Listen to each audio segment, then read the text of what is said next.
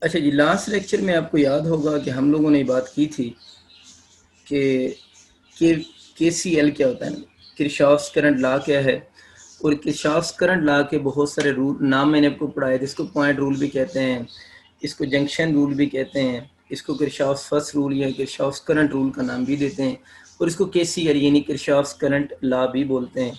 फिर मैंने एक छोटी सी पॉइंट आपको ये बताया था कि एक सर्किट में दो पॉइंट्स होते हैं जहाँ पर दो वायर मिलती हैं, उसको हम नोड बोलते हैं, और जहाँ पर मोर देन 2 वायर यानी मिनिमम 3 वायर जहाँ पर मिलें, उस पॉइंट को हम जंक्शन का नाम देते हैं। फिर हम लोगों ने पढ़ा था sum of incoming currents equal to sum of outgoing currents होगा, इसकी मैथमेटिकल फॉर्म थी, और ये भी पढ़ा था कि समेशन आई इक्वल टू 0 होगा। ये बातें आपको याद हैं।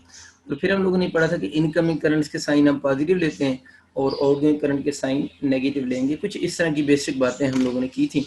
उसी से रिलेटेड आज एक आधा कोई और MCQ भी लिख लेते हैं और लेक्चर भी हम इसी MCQ से स्टार्ट कर लेते हैं। इस तरह है ना बच्चों, आपको कुछ सर्किट बने हुए आएंगे पेपर में। मैं तो वैसे एक सिंपल सा बना रहा हूँ, इस तरह का कोई भी सर्किट आ सकता है। मैं वैसे टेस्ट में थोड़े ज़्यादा सर्किट्स दूंगा क्योंकि आप लोगों का FSC में सर्किट का इतना ज़्यादा एक्सपोजर होता नहीं है, इसलिए कुछ बच्चों को अच्छी खासी इसमें परेशानी बनती है। सपोज करें इस तरह का सर्किट बना हुआ आगे और कहता है कि इसमें से 5 एम्पेयर करंट पास कर रहा है, इसमें से इस तरफ 3 एम्पेयर करंट है। आप चाहें तो इनको नाम भी दे दें, इसको O बोल दें, इसको A कह दें, इसको B कह दें, इसको C कह दें, इस साइड को D कह दें, और C की तरफ जो करंट है वो 10 एम्पेयर है।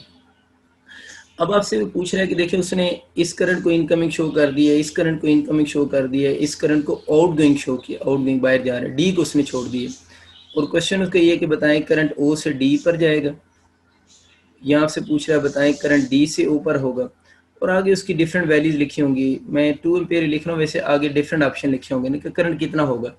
बताएं करंट ओ से डी पर अगर होता तो आउटगोइंग होता, डी से होता तो इनकमिंग होता। ऐसे ही इनकमिंग और ओ से डी आउटगोइंग कितना होगा। कुछ बच्चे अक्सर ये चीज़ सोच रहे होते हैं और पूछते भी हैं मुझसे क्लास में, सर देखें ये 5 एम्पेयर करंट इस जगह पर है, तो जब ये रजिस्टर में से गुजरेगा तो करंट तो 5 एम्पेयर से कम हो जाएगा। देखिए किसी भी एक ब्रांच जो होती है, इसको ब्रांच बोलते हैं, किसी एक ब्रांच में करंट उतना ही रहता है। अब ये ना समझें कि यहाँ पर करंट ज़्यादा होगा और रजिस्टर में से गुजरने के बाद करंट कम हो जाएगा। उसकी वजह यह है कि करंट हम उंगली लगा के मैयर तो कर नहीं रहे, करंट को मैयर कर रहे हैं एम मीटर से। एम मीटर ने उस ब्रांच का यहाँ से यहाँ तक अगर हम एम मीटर लगाएंगे तो इस ब्रांच का एवरेज करंट बताएगा। समझा की बात को, तो एम मीटर हमें एवरेज करंट बताता है, तो यहाँ से लेकर यहाँ तक इस पॉइंट तक तो एवरेज करंट तो पूरी ब्रांच में सेम रहेगा ना।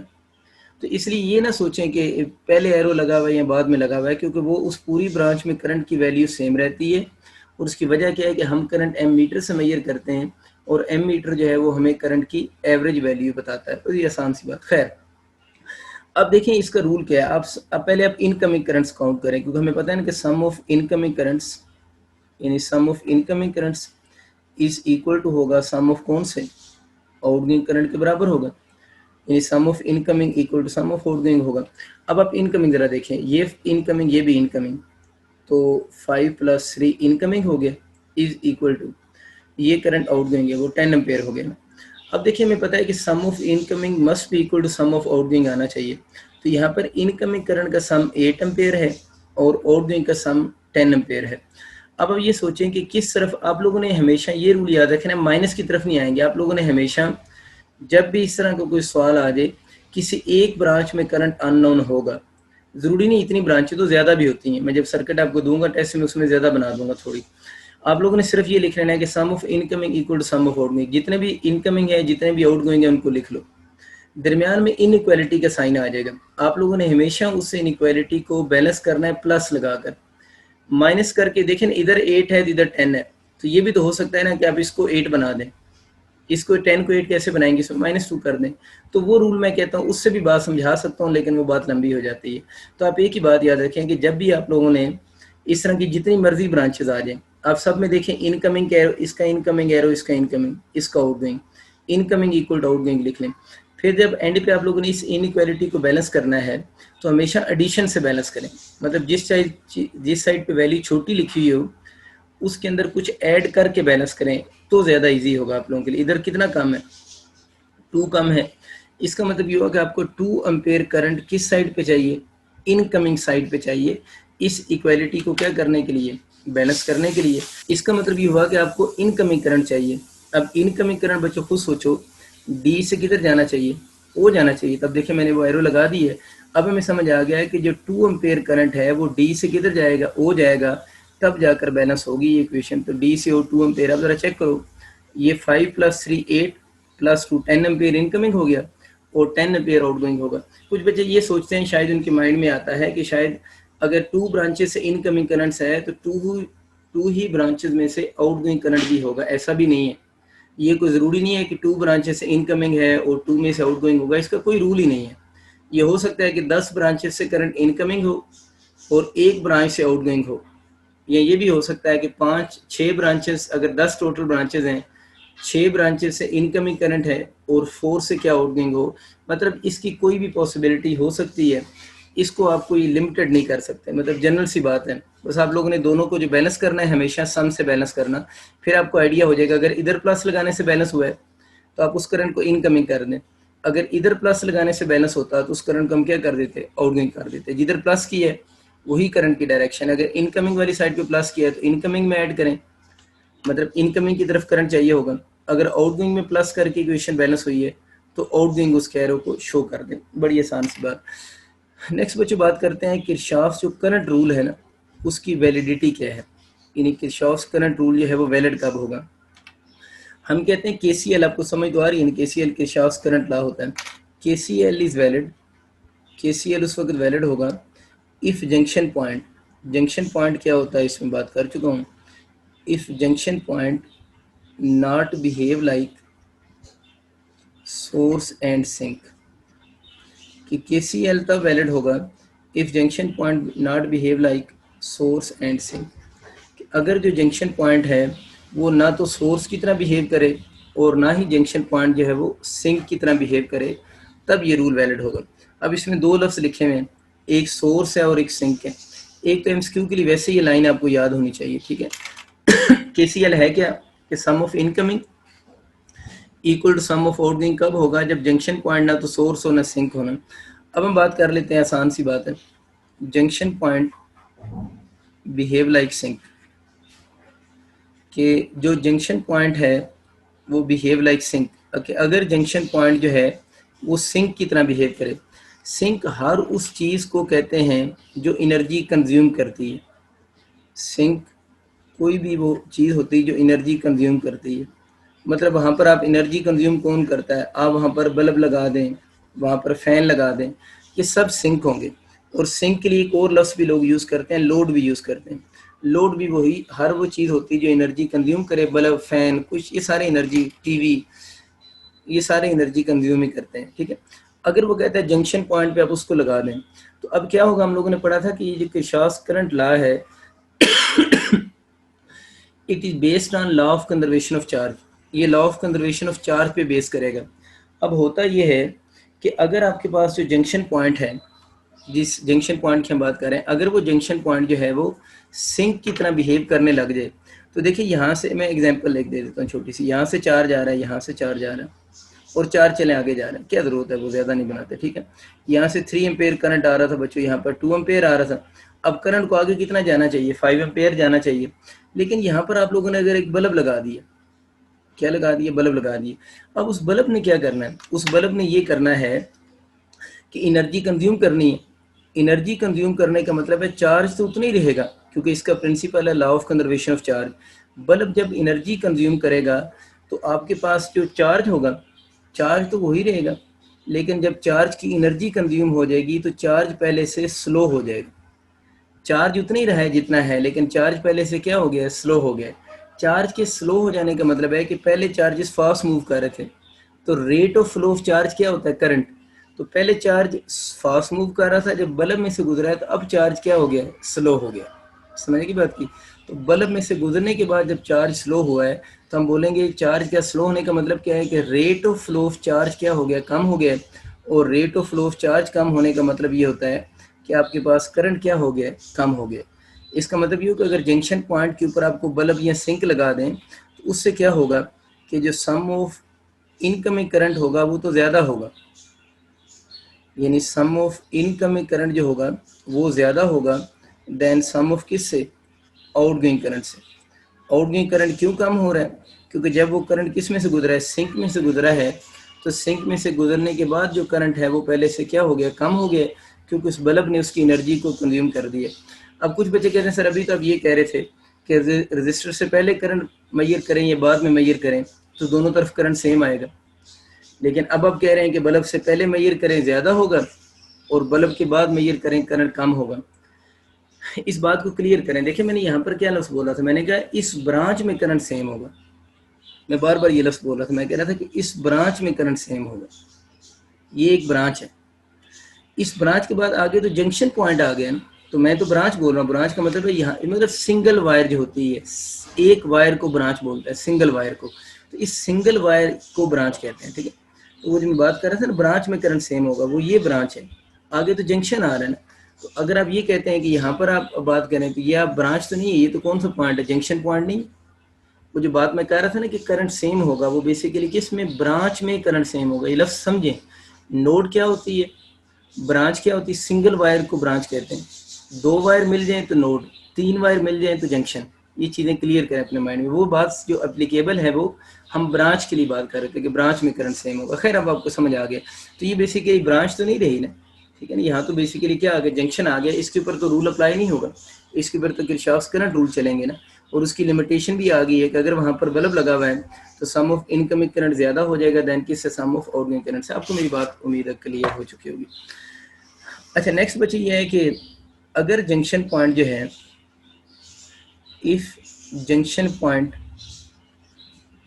बिहेव लाइक सोर्स, अगर जो जंक्शन पॉइंट है वो सोर्स की तरह बिहेव करे, तो अगर जंक्शन पॉइंट जो है वो सोर्स की तरह बिहेव करे तो इस बात का मतलब ये होता है कि वहाँ पर आप लोगों ने बैटरी लगा दी और बैटरी इस तरह लगाई है कि बैटरी जो है वो एनर्जी सप्लाई करे।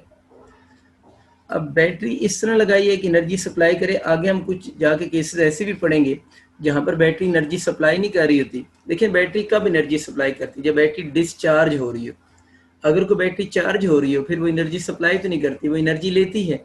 तो मैंने इसलिए इसकी एक्सप्लेनेशन भी दे दिया है कि junction point as a source का मतलब होगा वहाँ पर बैटरी लगी हो और बैटरी इस स्टेट में लगी हो कि वो डिस्चार्ज हो रही हो। एनर्जी सप्लाई बैटरी कब करती है, जब बैटरी क्या हो, डिस्चार्जिंग स्टेट में हो ना। अगर बैटरी चार्जिंग स्टेट में हो तो एनर्जी सप्लाई नहीं करती बल्कि वो एनर्जी कंज्यूम करने लग जाती है। अच्छा ठीक है, अब क्या होगा, अब battery basically source of charge है या सोर्स ऑफ एनर्जी है। बहुत लंबी चौड़ी मैंने लास्ट लेक्चर में बात की थी। Battery is a source of energy, source of charge तो है नहीं। तो जब बैटरी में से चार्ज पास करेगा, अब यूँ सोचें ना, वही वही चार्जेस आ रहे हैं, इधर से आ रहे हैं, इधर से आ रहे हैं, इधर से 3 एम्पेयर आ रहा है, इधर से 2 एम्पेयर आ रहा है, और यहाँ पर आप लोगों ने क्या लगा दी, इस तरह बैटरी लगा दी है कि बैटरी एनर्जी सप्लाई कर रही है। अब क्या होगा, बैटरी क्या करेगी, बैटरी ने क्या चार्ज को इंक्रीज या डिक्रीज करना है, चार्ज उतना ही रहेगा। बैटरी जो होगी वो चार्ज को क्या प्रोवाइड करेगी, बैटरी क्यू को एनर्जी प्रोवाइड करेगी। जब बैटरी क्यू को एनर्जी प्रोवाइड करेगी तो जो चार्ज होगा वो क्या, मैं बहुत बेसिक वर्डिंग में लिख रहा हूँ बातें ताकि आपको ज़्यादा कंसेप्ट बेसिक लेवल पे जाके समझें। बैटरी जब चार्ज को एनर्जी प्रोवाइड करेगी तो चार्ज फास्ट मूव करेगा। चार्ज फास्ट मूव करने का मतलब क्या है, rate of flow of charge बढ़ गया, मतलब करंट बढ़ गया। तो जब junction point as a source behave करेगा तो चार्ज को एनर्जी प्रोवाइड होगी, चार्ज मूव करेगा और करंट इस केस में इंक्रीज हो जाएगा। तो अभी हम ये बात कर सकते हैं ना कि अगर जंक्शन पॉइंट सोर्स की तरह बिहेव करे, चार्ज उतना ही रहेगा, लेकिन पहले चार्ज स्लो आ रहा था, अब चार्ज फास्ट आ रहा होगा। मे बी यहाँ से 3 और 2 5 एम्पेयर बनता है, तो मे बी यहाँ पर आगे कितना करंट हो जाए, 7 एम्पेयर हो जाए। अज्यूम कर रहा हूँ ना 7 एम्पेयर, वो तो डिपेंड करेगा बैटरी कितने वोल्ट्स की लगी हुई है, लेकिन करंट इंक्रीज ज़रूर करेगा, ये बात तो ज़रूर होगी। तो हम ये कह सकते हैं कि अगर जंक्शन पॉइंट सोर्स की तरह बिहेव करे तो इस सारी बात का कंक्लूजन मेरा यही बनेगा कि फिर क्या होगा कि सम ऑफ आउटगोइंग करंट जो होगा, यानी सम ऑफ कौन से करंट, आउटगोइंग करंट से होगा वो ज़्यादा होगा देन सम ऑफ किससे, इनकमिंग करंट से, यानी सम ऑफ आउटगोइंग करंट इस केस में ज़्यादा होगा than sum of incoming current से। सम टाइम ऐसे होता है बच्चे कि वो आपको बोल देता है कि junction point behave like a source, junction point behave like a source and option में लिखा होता है सम ऑफ आउटगोइंग चार्ज। ये बात जरा ध्यान से सुन लो, सम ऑफ आउटगोइंग करंट की बजाय लिखा होता है सम ऑफ आउटगोइंग चार्ज। अगर चार्ज का वर्ड लिखा हो तो जंक्शन पॉइंट सोर्स हो या सिंक हो, दरमियान में इक्वालिटी का ही साइन आना है। वो क्योंकि हमें याद हुई होती नहीं बात की ग्रेटर स्मॉलर वाली बात जंक्शन के लिए, तो वो समटाइम मिक्स कर जाता है। तो अगर किसी जगह लिखा हो ना सम ऑफ आउटगोइंग चार्ज, तो हमेशा इक्वल टू होगा सम ऑफ किसके, इनकमिंग चार्ज के। ठीक होगी बात। दोबारा एक बात रिपीट करता हूँ, तो चार्ज का वर्ड यूज़ हो जाए तो इक्वालिटी का साइन आएगा। हाँ ये भी याद रखें अपने पास लिखने नोट में कि ये ख्याल रखें कि कहीं सम ऑफ आउटगोइंग चार्ज और बात है, यहाँ पर लिखा होता है सम ऑफ आउटगोइंग या sum of incoming, rate of flow of charge word use कर रहे थे, rate of flow of charge. तो rate of flow of charge जब वर्ड यूज़ करेगा तो वो तो बच्चों करंट ही होगा ना। तो चार्ज और चीज़ है, rate of flow of charge current होता है, और सिंपल करंट वर्ड बोले वो तो हम ऑलरेडी पढ़ चुके हैं। तो अगर rate of flow of charge word बोलेगा तो वो करंट ही कंसिडर होगा, लेकिन उसके लिए तो करंट वाले ऑप्शन होंगे ना। लेकिन अगर वो चार्ज का वर्ड यूज़ कर दे तो फिर बच्चों आप लोगों ने थोड़ा ख्याल रखना है कि अगर चार्ज का वर्ड यूज़ करेगा तो जंक्शन पॉइंट आपका सोर्स बोलें या आप अपने जंक्शन पॉइंट को सिंक का नाम दे दें, आपका जो क्वेश्चन होगा उसका जो आंसर होगा उस आंसर ने चेंज नहीं होना। उम्मीद आपको ये वाली बात जो है वो आइडिया हो चुकी होगी कि अगर आपके पास इस टाइप का कोई क्वेश्चन आ जाए, चार्ज में ही कन्फ्यूजन क्रिएट होती है, वो उम्मीद अब आप लोग अपने माइंड में कन्फ्यूजन क्रिएट नहीं करेंगे। चलिए नेक्स्ट बात करते हैं। नेक्स्ट हमारा टॉपिक है जी Kirchhoff's voltage law. Kirchhoff's voltage law, इसे केवीएल भी कहते हैं, ठीक है ना, केवीएल भी कहते हैं, इसको किरचॉफ्स सेकंड रूल भी कहते हैं, किरचॉफ्स सेकंड रूल, या इसको किरचॉफ्स वोल्टेज रूल भी कहते हैं, किरचॉफ्स वोल्टेज रूल। ये सारे इसी के नाम हैं, जो मर्जी इसको नाम दे लें, इससे कोई फ़र्क नहीं पड़ता। जिस तरह आप लोगों के बचपन में उल्टे उल्टे नाम रखे होते थे, इनके भी इसी तरह इन्होंने उल्टे उल्टे नाम रख दिए। अच्छा जी, नाम हो गया आप लोगों के जो भी हैं। अच्छा, इसमें अगर हम फर्दर आगे बात करें तो इसकी जो स्टेटमेंट से पहले इसका लिख लेते हैं बेस किस पे करता है। ये जो केवीएल, इसको मैं अक्सर लिखा करूँगा, केवीएल जो होगा based on law of conservation of energy, ये बेस करेगा law of conservation of energy पे। ये अच्छे एमसीक्यूज हैं कि कौन सा लॉ किस पे बेस करता है ना। तो ये वाला जो केवीएल होता है ये बेस करता है law of conservation of energy पे, और केसीएल बताया बेस करता है law of conservation of charge पे। इसकी बेसिकली जो स्टेटमेंट बनती है वो तो हम ये कह रहे होते हैं कि अगर हम इसको वर्डिंग में लिखें कि sum of all voltage drop, यानी हम ये कह रहे होते हैं कि sum of all the voltage drops, I R आगे ब्रैकेट में लिख सकता हूँ, इज इक्वल टू होगा सम ऑफ ईएमएफ के ना। यूं भी इसकी स्टेटमेंट एक लिखी जाती है कि sum of voltage drop is equal होगा सम ऑफ किसके, ईएमएफ के इक्वल होगा इन क्लोज लूप में। मतलब ये जो दोनों रूल हैं उनके लिए ज़रूरी होता है, मतलब ये जो रूल आपका केवीएल अप्लाई होगा ना, ये केवीएल अप्लाई होता है मस्ट किस लूप पे, क्लोज लूप के ऊपर अप्लाई होता है। जो किरचॉफ्स करंट रूल है ना, वैसे तो जब भी करंट फ्लो करता है लूप क्लोज ही होती है तभी करंट फ्लो करता है ना, लेकिन ये जो बात है ना कि sum of voltage drop equal to sum of EMF, जब भी हम इसको अप्लाई किया करेंगे तो फर्स्ट ऑफ ऑल हम उस सर्किट में कोई क्लोज लूप कंसिडर किया करेंगे पहले, फिर इस रूल को अप्लाई किया करेंगे, अदरवाइज ये रूल अप्लाई नहीं होता। एक तो इसकी ये स्टेटमेंट होती है, हम इसको यूँ लिखते हैं कि सम ऑफ पोटेंशियल ड्रॉप। वैसे पोटेंशियल ड्रॉप जो लिखा जाता है ना, ये वाली बात, ये आई आर जो होता है ना, ये अक्रॉस रजिस्टर होते हैं। सम ऑफ पोटेंशियल ड्रॉप जो होगा इज इक्वल टू होगा सम ऑफ ईएमएफ, और ईएमएफ आपको पता है किसकी टर्म यूज़ होती है, बैटरी के लिए टर्म यूज़ होती है। तो किसी सर्किट में जितना भी वोल्टेज में ड्रॉप आ रहा है वो इक्वल टू होगा सम ऑफ किस चीज़ के, ईएमएफ के होगा। या इस बात को यूँ भी लिख रहे होते हैं कि sum of potential changes in a close circuit equal to zero. यानी सबसे जो कॉमन स्टेटमेंट होती है, हम ये कहते हैं कि द सम ऑफ, या लफ्ज़ यूज़ करते हैं algebraic sum of, the algebraic sum of potential changes, the algebraic sum of potential changes in a close circuit is equal to zero. ये जो नीचे वाली मैंने स्टेटमेंट लिखी ना, सबसे मोस्ट फेमस स्टेटमेंट इसकी ये होती है कि algebraic sum of potential changes कह लें, पोटेंशियल ड्रॉप्स में चेंजेस कह लें, बात एक ही होती है ना। लिख हम वी रहे होते हैं, लेकिन होता ये पोटेंशियल डिफरेंस ही है। यानी वी हम लिख रहे होते हैं, होता ये पोटेंशियल डिफरेंस ही होता है, ठीक। तो जो सम ऑफ पोटेंशियल चेंजेस बनेगा किसी भी क्लोज सर्किट में, वो आप लोगों का बच्चों जीरो की इक्वल होगा।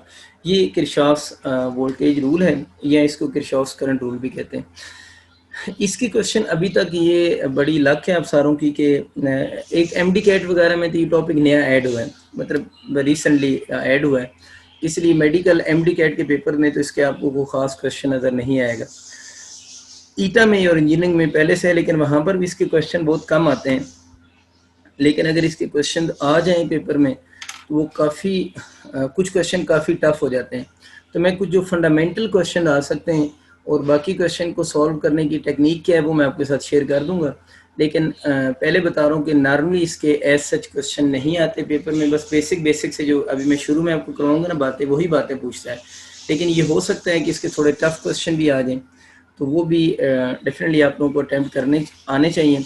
और टफ क्वेश्चन की एग्जांपल के तौर पर आप जो केपीके की बुक में प्रॉब्लम नंबर 8 है ना, उस टाइप की मैं बात कर रहा हूँ। और अगर आप एमडी कैट के जो स्टूडेंट्स हैं, एमडी कैट का जो चैप्टर नंबर 13 है ना, उसके लास्ट 2 प्रॉब्लम जो है, लास्ट 2 प्रॉब्लम्स उसकी मैं बात कर रहा हूँ, ठीक है ना। बल्कि लास्ट 3 प्रॉब्लम भी कर लें, तीसरे में तो थोड़ा सा अप्लाई होता है वो। लास्ट 3 प्रॉब्लम और केपीके की बुक का चैप्टर प्रॉब्लम नंबर 8 जो है ना, चैप्टर नंबर 12 का, उस टाइप के क्वेश्चन शायद पेपर में वो दे दे। वो अब आपको आइडिया हो गया होगा अगर आपके पास बुक्स हैं, तो वो काफ़ी लंबी चौड़ी बात है, वो जल्दी क्वेश्चन सॉल्व होते ही नहीं है। लेकिन कोशिश करेंगे हम उन क्वेश्चन को, ज़ाहिर है जब वो एग्ज़ाम में क्वेश्चन बनाएगा तो उसको पता होगा बच्चे को कैलकुलेटर अलाउ नहीं है, तो वो डाटा इसी तरह एडजस्ट करेगा कि विदाउट कैलकुलेटर वो सॉल्व हो। खैर हम उसकी प्रैक्टिस से पहले थोड़ी सी अपनी और बातें कर लेते हैं फिर आगे उन क्वेश्चंस की तरफ भी मूव कर जाएंगे। थोड़ा सा उनको टच करना इसलिए ज़रूरी है कि इन केस अगर पेपर में क्वेश्चन आ जाए तो ये ना हो कि आप बिल्कुल इस क्वेश्चन में ब्लैंक हो जाएं और उसको आप छोड़ने पे मजबूर हो जाए ना। इसलिए हम उस पर अपने को 40-45 मिनट ज़रूर ज़ाया करेंगे। अगर वो उस टाइप के क्वेश्चन आए तो आपको सॉल्व करने आने चाहिए। कुछ कन्वेंशन की पहले बात कर लेते हैं, फिर आगे उस पर चले जाएंगे। कन्वेंशन में पहली बात तो आप लोगों ने ये याद रखनी है कि ए राइज इन पोटेंशियल जो होता है ना, a rise in potential is taken positive. यानी किसी भी जगह पर रजिस्टर हो, बैटरी हो, जो भी हो ना, ये बात दोनों के लिए ठीक है, रजिस्टर हो या बैटरी हो, उसमें जो राइज इन पोटेंशियल जो होता है उसको हम पॉजिटिव लेते हैं। एंड वाइस वर्सा लिख सकता हूँ। वाइस वर्सा का मतलब क्या होगा कि अगर पोटेंशियल फॉल कर रहा है किसी भी जगह पर तो उसको आप लोगों ने क्या लेना है, नेगेटिव लेना है। फिर राइज इन पोटेंशियल का मतलब क्या होता है, एक पॉजिटिव एंड होता है, एक नेगेटिव एंड होता है। पॉजिटिव एंड को आप क्या बोलते हो, हाई पोटेंशियल बोलते हो, और नेगेटिव को हम बाय कन्वेंशन क्या बोलते हैं, लो पोटेंशियल।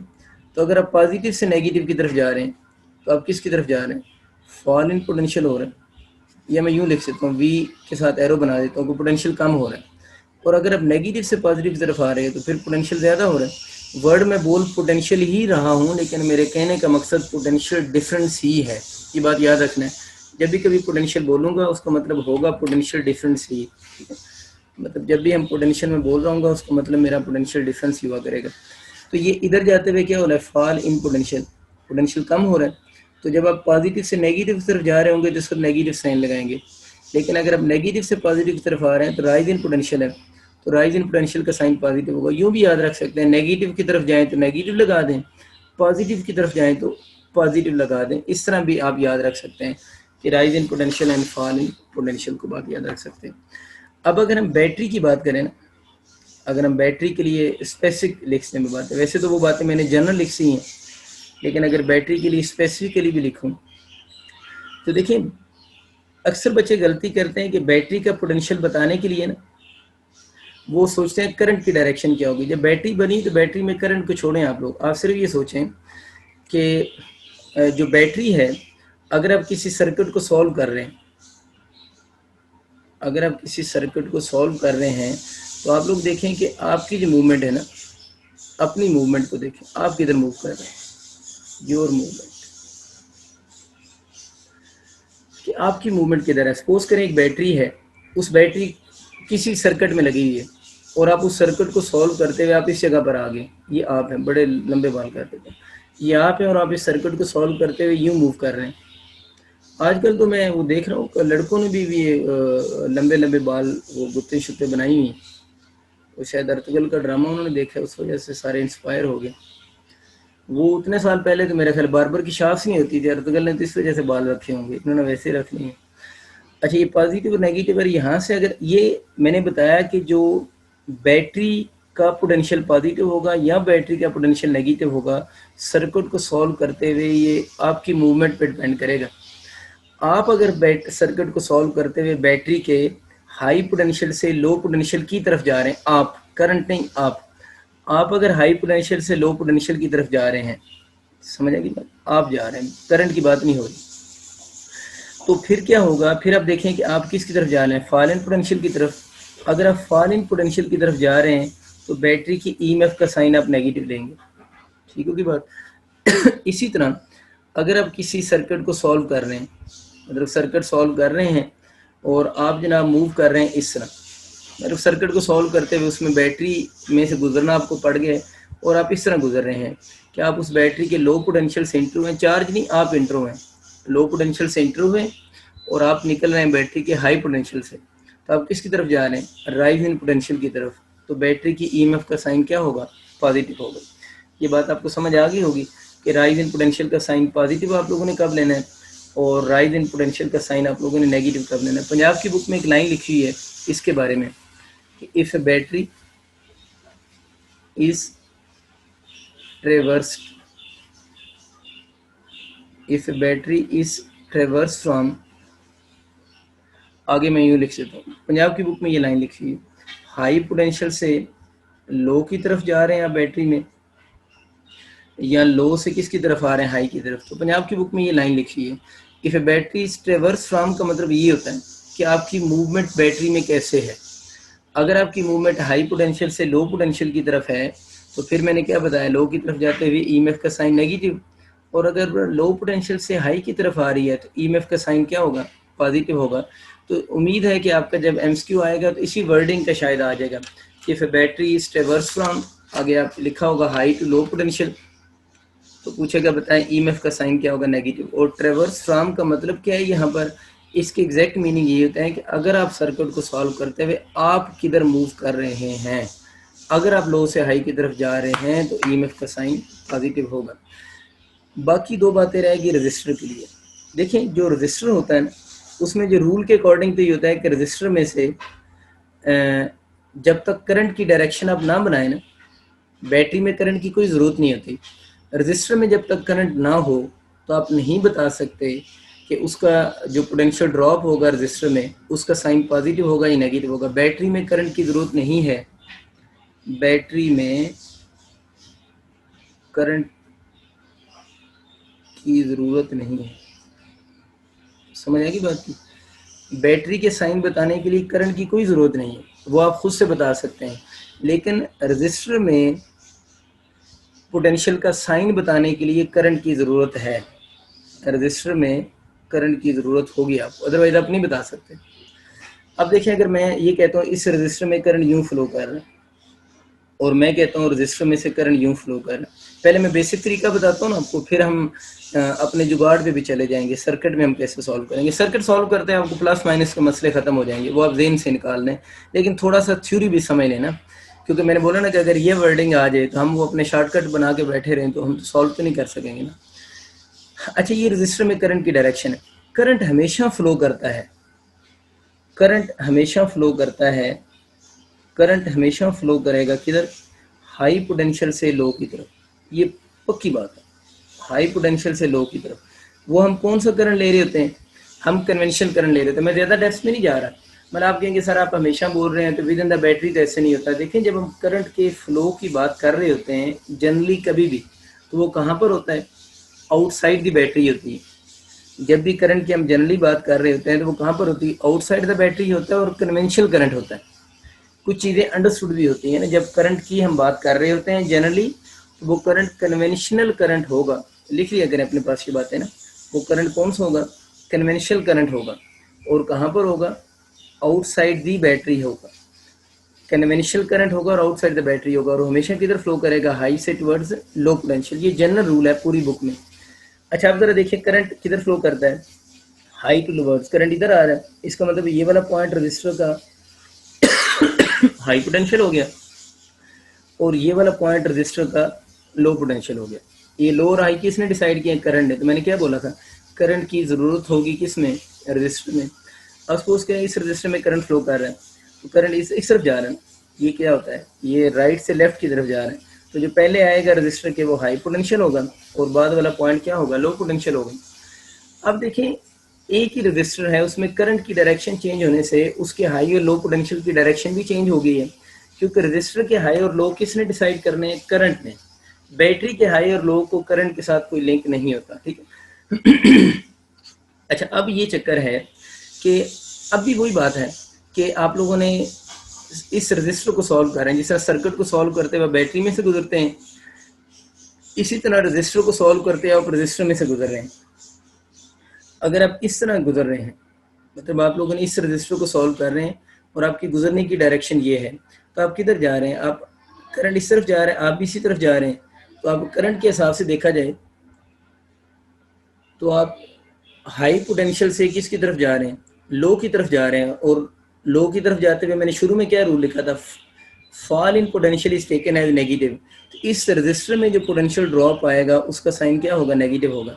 इसका मतलब ये होगा कि अगर आपकी मूवमेंट का मतलब क्या है कि आप सर्किट को सॉल्व कर रहे हैं और करंट की डायरेक्शन अगर सेम हो रही है ना इस केस में, तो इस केस में आप किधर मूव कर रहे होंगे, अगर सर्किट को देखा जाए तो आप हाई से लो की तरफ जा रहे होंगे। अगर आप हाई से लो की तरफ जा रहे हैं तो पोटेंशियल ड्रॉप का साइन नेगेटिव होगा। क्लियर हो की बात। इसी तरह अगर आप इस सर्किट को देखें, मतलब इस सर्किट की अगर मैं बात करूँ, सपोज करें आपने अपनी मूवमेंट उधर ही रखी है, आप इस तरफ अगर मूव कर रहे हैं। अच्छा तो अब सपोज करें उसी सेम सर्किट को सॉल्व करते हुए आपको ऐसे मूव करना पड़ रहा है कि आप लो पोटेंशियल से हाई की तरफ जा रहे हैं, रजिस्टर हुई है, और आपको कैसे पता चला आप लो से हाई की तरफ जा रहे हैं, वो करंट ने आपको बताया ना। आप करंट के अगेंस्ट जा रहे हैं, तो करंट के अगेंस्ट जाने का मतलब क्या है कि आप लो से किधर जा रहे हैं, हाई पोटेंशियल की तरफ जा रहे हैं। अगर आप ऐसा कर रहे हैं तो इस केस के अंदर you are moving towards rise in potential. तो इस केस के अंदर इस रजिस्टर के क्रॉस जो पोटेंशियल ड्रॉप आएगा उसका साइन आप लोगों ने क्या लेना है, पॉजिटिव लेंगे, सॉरी, क्योंकि उस तरफ जा रहे हैं तो साइन क्या होगा, पॉजिटिव। इसका मतलब ये हुआ कि रजिस्टर में साइन पॉजिटिव होगा या रजिस्टर में साइन नेगेटिव होगा, वो बताने के लिए दो चीज़ों की ज़रूरत होगी। पहली क्या चीज़ कि करंट किधर फ्लो कर रहा है, एक चीज़, और दूसरी क्या चीज़ होगी कि आपकी मूवमेंट की डायरेक्शन क्या है। समझ की बात की ना। तो दो चीज़ें इकट्ठी होंगी तो आप बता सकेंगे कि अगर आप करंट की डायरेक्शन से, आप करंट की डायरेक्शन क्यों चाहिए होगी, करंट की डायरेक्शन ये डिसाइड करेगी कि हाई और लो किधर है। और साइन पॉजिटिव और नेगेटिव तो आप पे डिपेंड करता है कि अगर आप हाई से लो की तरफ जा रहे हैं तो साइन नेगेटिव, अगर आप लो से हाई की तरफ जा रहे हैं तो साइन पॉजिटिव। इसका मतलब है कि रजिस्टर के लिए आपको एक नहीं बल्कि दो चीज़ें चाहिए होंगी, तब आप करंट की डायरेक्शन को एग्जैक्ट बता सकते हैं। मैं लाइन लिखता हूँ एक, जो पंजाब की बुक में रजिस्टर के बारे में ये लिखी हुई है, उसने ये लिखा हुआ है कि इफ़ ए रजिस्टर, ऊपर वाली लाइन ही है ना, if a resistor is traverse, if a resistor is traverse in the, चलिए मैं एक सिर्फ लिखता हूँ, in the opposite direction to current. मैंने सिर्फ एक लाइन लिखी है, यहाँ अपोजिट की बजाय क्या आ जाए, if resistor is reverse in the same direction to current, यही होगा ना, सेम होगा या अपोजिट होगा। तो अगर यहाँ पर अपोजिट लिखा होगा, if resistor is reverse in opposite direction to current, इसका मतलब ये वाली बात बन रही है कि करंट इस तरफ आ रहा है, करंट इस तरफ आ रहा है, आप करंट के अपोजिट जा रहे हैं, ये वाली बात लिखी हुई है। यानी ये जो वर्डिंग लिखी हुई इसके लिए वर्डिंग लिखी है, ठीक। इफ रजिस्टर इज रिवर्स, आप इधर जा रहे हैं, करंट इधर आ रहा है, तो फिर क्या होगा, तो पोटेंशियल ड्रॉप का साइन जो होगा, then potential P dot D potential drop is taken, बताएंगे क्या लेंगे, पॉजिटिव लेंगे। Then potential drop is taken as positive. और अगर यहाँ पर अपोजिट की बजाय सेम वर्ड लिखा होता, तो सेम वर्ड लिखा होता ये वाली बात हो जाती, लेकिन आपकी मूवमेंट और करंट की डायरेक्शन सेम है, तो पोटेंशियल ड्रॉप का साइन फिर पॉजिटिव की बजाय क्या हो जाता, नेगेटिव हो जाता। ये जो ब्लैक मार्कर से लिख रहा हूँ ना, अगर सेम होगा तो यहाँ पर नेगेटिव होगा, और अगर ये वाली बात होगी तो इसके लिए ऊपर वाली आप डायग्राम देखेंगे, ठीक है। और अगर अपोजिट के लिए देख रहे हैं तो फिर पॉजिटिव होगा, और उसके साथ आप ये वाली डायग्राम देखेंगे। खैर ये तो वो थ्योरेटिकल कंसेप्ट से जो आप लोगों को मतलब पता होने चाहिए। अगर वो कभी कोई वर्डिंग का बच्चों क्वेश्चन बना लेता है तो आपको आना चाहिए। अब हम आते हैं अपने क्वेश्चन की तरफ। देखिए सर्किट सॉल्व करते हुए तो हमारे पास इतना टाइम नहीं होगा कि हम एक सर्किट सॉल्व कर रहे हैं, सर्किट की अपनी परेशानी है और हम ये देख से रहे हैं कि मतलब क्या हो रहा है। आप उसके लिए सिर्फ 2 बातें याद रखें, छोड़े सारी बातें। बैटरी का तो आपको याद हो गया ना, बैटरी का तो मसला ही नहीं है। आप पॉजिटिव की तरफ जा रहे हैं, आप तो पॉजिटिव ले लें, आप बैटरी के नेगेटिव टर्मिनल की तरफ जा रहे हैं तो अब नेगेटिव ले लें, बैटरी के तो मसले ही हल हो गए। मसला है रजिस्टर का। रजिस्टर में आप ये याद रखें, ये अब जुगाड़ बता रहा हूँ, लेकिन थ्योरेटिकल एमसीक्यू आएंगे तो वो बातें पता होनी चाहिए, क्योंकि वो मैंने नीचे वर्डिंग लिखी है ना, जो बुक की वर्डिंग है, तो वो अगर आपको वर्डिंग नहीं पता होगी तो आप तो वो एमसीक्यू का आंसर ही नहीं कर सकेंगे। अब हम आते हैं सर्किट सॉल्व करते हुए।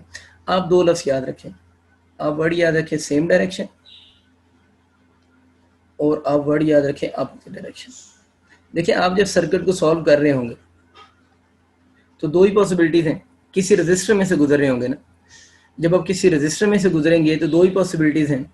सेम डायरेक्शन का मतलब क्या है कि किसी रजिस्टर में से गुजरते हुए आपकी मूवमेंट और करंट की डायरेक्शन सेम हो जाए। किसी रजिस्टर में से गुजरते हुए आपकी मूवमेंट, ये जो कीड़ा सा बना हुआ है आप है, आपकी मूवमेंट और करंट की डायरेक्शन सेम हो जाए। उस केस के अंदर इस रजिस्टर के अंदर जो पोटेंशियल ड्रॉप का साइन होगा सेम में नेगेटिव लेंगे, सेम में नेगेटिव लेंगे, ये याद रखें। अगर किसी रजिस्टर में आप मूव कर रहे हैं, रजिस्टर को सॉल्व कर रहे हैं ना, तो अगर आपकी मूवमेंट या आपकी मूवमेंट और करंट की डायरेक्शन सेम हो जाए तो साइन नेगेटिव। लेकिन अगर आप किसी रजिस्टर को सॉल्व कर रहे हैं, ये उस रजिस्टर में से करंट की डायरेक्शन है और आप जनाब बारिश में भीगते हुए इधर से आ रहे हैं, ठीक है ना, तो आपकी मूवमेंट और करंट की डायरेक्शन अगर एक क्या हो अपोजिट डायरेक्शन में आ जाए तो फिर इस रजिस्टर के क्रॉस पोटेंशियल ड्रॉप का साइन पॉजिटिव होगा। तो आप जब किसी सर्किट को सॉल्व कर रहे होंगे तो आप सिर्फ ये देखें कि वो करंट आपके जिधर आप जा रहे हैं उधर ही जा रहा है। अगर ऐसा है तो उसमें पोटेंशियल ड्रॉप का साइन नेगेटिव लिख दें। पता है ना रजिस्टर में पोटेंशियल ड्रॉप होता क्या है, वैसे V = IR होता है ना, जितना उसमें करंट गुजरा है उसकी रेजिस्टेंस से मल्टीप्लाई कर दे, माइनस लगा दो। लेकिन अगर आप किसी रजिस्टर को सॉल्व कर रहे हैं और करंट आपके अपोजिट चल रहा है तो फिर उस रजिस्टर में आप लोगों को पोटेंशियल ड्रॉप लिखना पड़ गया है, तो उसका साइन फिर आप लोगों ने पॉजिटिव लिख देना है, ठीक है। कुछ ये बातें कर लेते हैं, 1-2 क्वेश्चन मैं करवाता हूँ जो बोर्ड एग्जाम के हैं, जो फेडरल बोर्ड में आए हैं, फिर थोड़ा सा हम अच्छे क्वेश्चन की तरफ मूव भी कर जाएंगे। 1-2 क्वेश्चन हैं 2014 के पेपर के, वो 1-2 करवा देता हूँ। ये 2014 के फेडरल बोर्ड का एमसीक्यू है, इंटरेस्ट का नहीं है, यहीं से स्टार्ट ले लेता हूँ ताकि आपको थोड़ा बहुत अब इसके क्वेश्चन का आइडिया हो जाए। वैसे किरचॉफ्स रूल जितना आपको पढ़ाया है नॉर्मली इधर से ही क्वेश्चन आ जाते होते हैं, तो ये ज़रा देख लें। ये आपके फेडरल बोर्ड का क्वेश्चन है जी। इसमें एक सर्किट उसने बनाया था जिसमें उसने 4 बैटरीज लगा दी थी, इसको E2 बोला हुआ था, इसको उसने E3 बनाया हुआ था। ये हो सकता है कि मैंने प्लस माइनस थोड़े बहुत आगे पीछे कर दिए कि मुझे एग्जैक्ट याद नहीं रहा। प्लस माइनस मतलब ये टर्मिनल जो है ना, तो शायद वो चेंज हो, लेकिन 4 ही बैटरी थी। और उसने ये किया हुआ था कि इस सर्किट में करंट का फ्लो खुद बताया हुआ था, यानी यूँ उसने करंट का फ्लो बताया हुआ था। यही की लूप है, सीरीज सर्किट है तो करंट सेम होगा। और उसने नीचे 4 इक्वेशन लिखी हुई थी और पूछा हुआ था बताएं करेक्ट इक्वेशन कौन सी है। देखिए आप इसकी नेमिंग कर लेना, किसी जगह से नेमिंग शुरू कर, कोई फर्क नहीं पड़ेगा, ABCD। अब करंट की डायरेक्शन तो उसने खुद दे दी है, उसने तो अंदर करंट बनाया ना, अब आप इधर बना लें, इस करंट को देखते हुए ना यूँ करंट बना लें। करंट की डायरेक्शन उसने दी हुई थी, आप लोगों ने बस सर्किट के अंदर ड्रॉ कर दी है और सर्किट को ABCD नाम दे दिया। अब आप A से शुरू कर लें, A से शुरू करके यूं क्लोज घूम कर आए। देखें अगर आप A से B तक जा रहे हैं, ये बैटरी आ गई, आप इस बैटरी के किधर जा रहे हैं, नेगेटिव की तरफ। अब आप गुजर रहे हैं ना, ये आपकी मूवमेंट है जनाब, आप गुजर रहे हैं उसके हाई से, क्योंकि आपकी मूवमेंट किधर आ रही है। आप जब लूप को सॉल्व कर रहे हैं ना, लूप को आप ABCDA पाथ के नाम सॉल्व करें। ये ज़रूरी होता है कि आप डिसाइड माइंड में कर लें कि आपने लूप के अंदर कैसे मूव करना है। यूँ भी तो आ सकते थे ना, ADCA भी आ सकते थे, फिर भी आंसर सेम ही आते हैं, ठीक है ना। वो माइनस प्लस का चक्कर होता है, वो उसकी ज़रूरत आपको नहीं पड़ेगी। तो आप माइंड में रख लें कि आप लोग जो है वो हमेशा जब भी मूव करेंगे, ये मैंने कौन सी मूवमेंट बनाई है, क्लॉकवाइज बनाई है, आप क्लॉकवाइज ही मूव करते रहना। मतलब आप एक ही लूप फिक्स कर लेना, फिर मैं आपको ये कहूँगा ना आप क्लॉकवाइज भी कर सकते हैं, आप एंटी क्लॉकवाइज भी कर सकते हैं, तो आप मिक्स करते रहेंगे चीज़ों को। अब बस हम क्लॉकवाइज ही मूव क्या करेंगे, मतलब बस जो भी हो जाए, हमने अब सर्किट जो भी बनाने हैं हम उसमें कोशिश करेंगे कि हम क्लॉकवाइज ही मूव करें।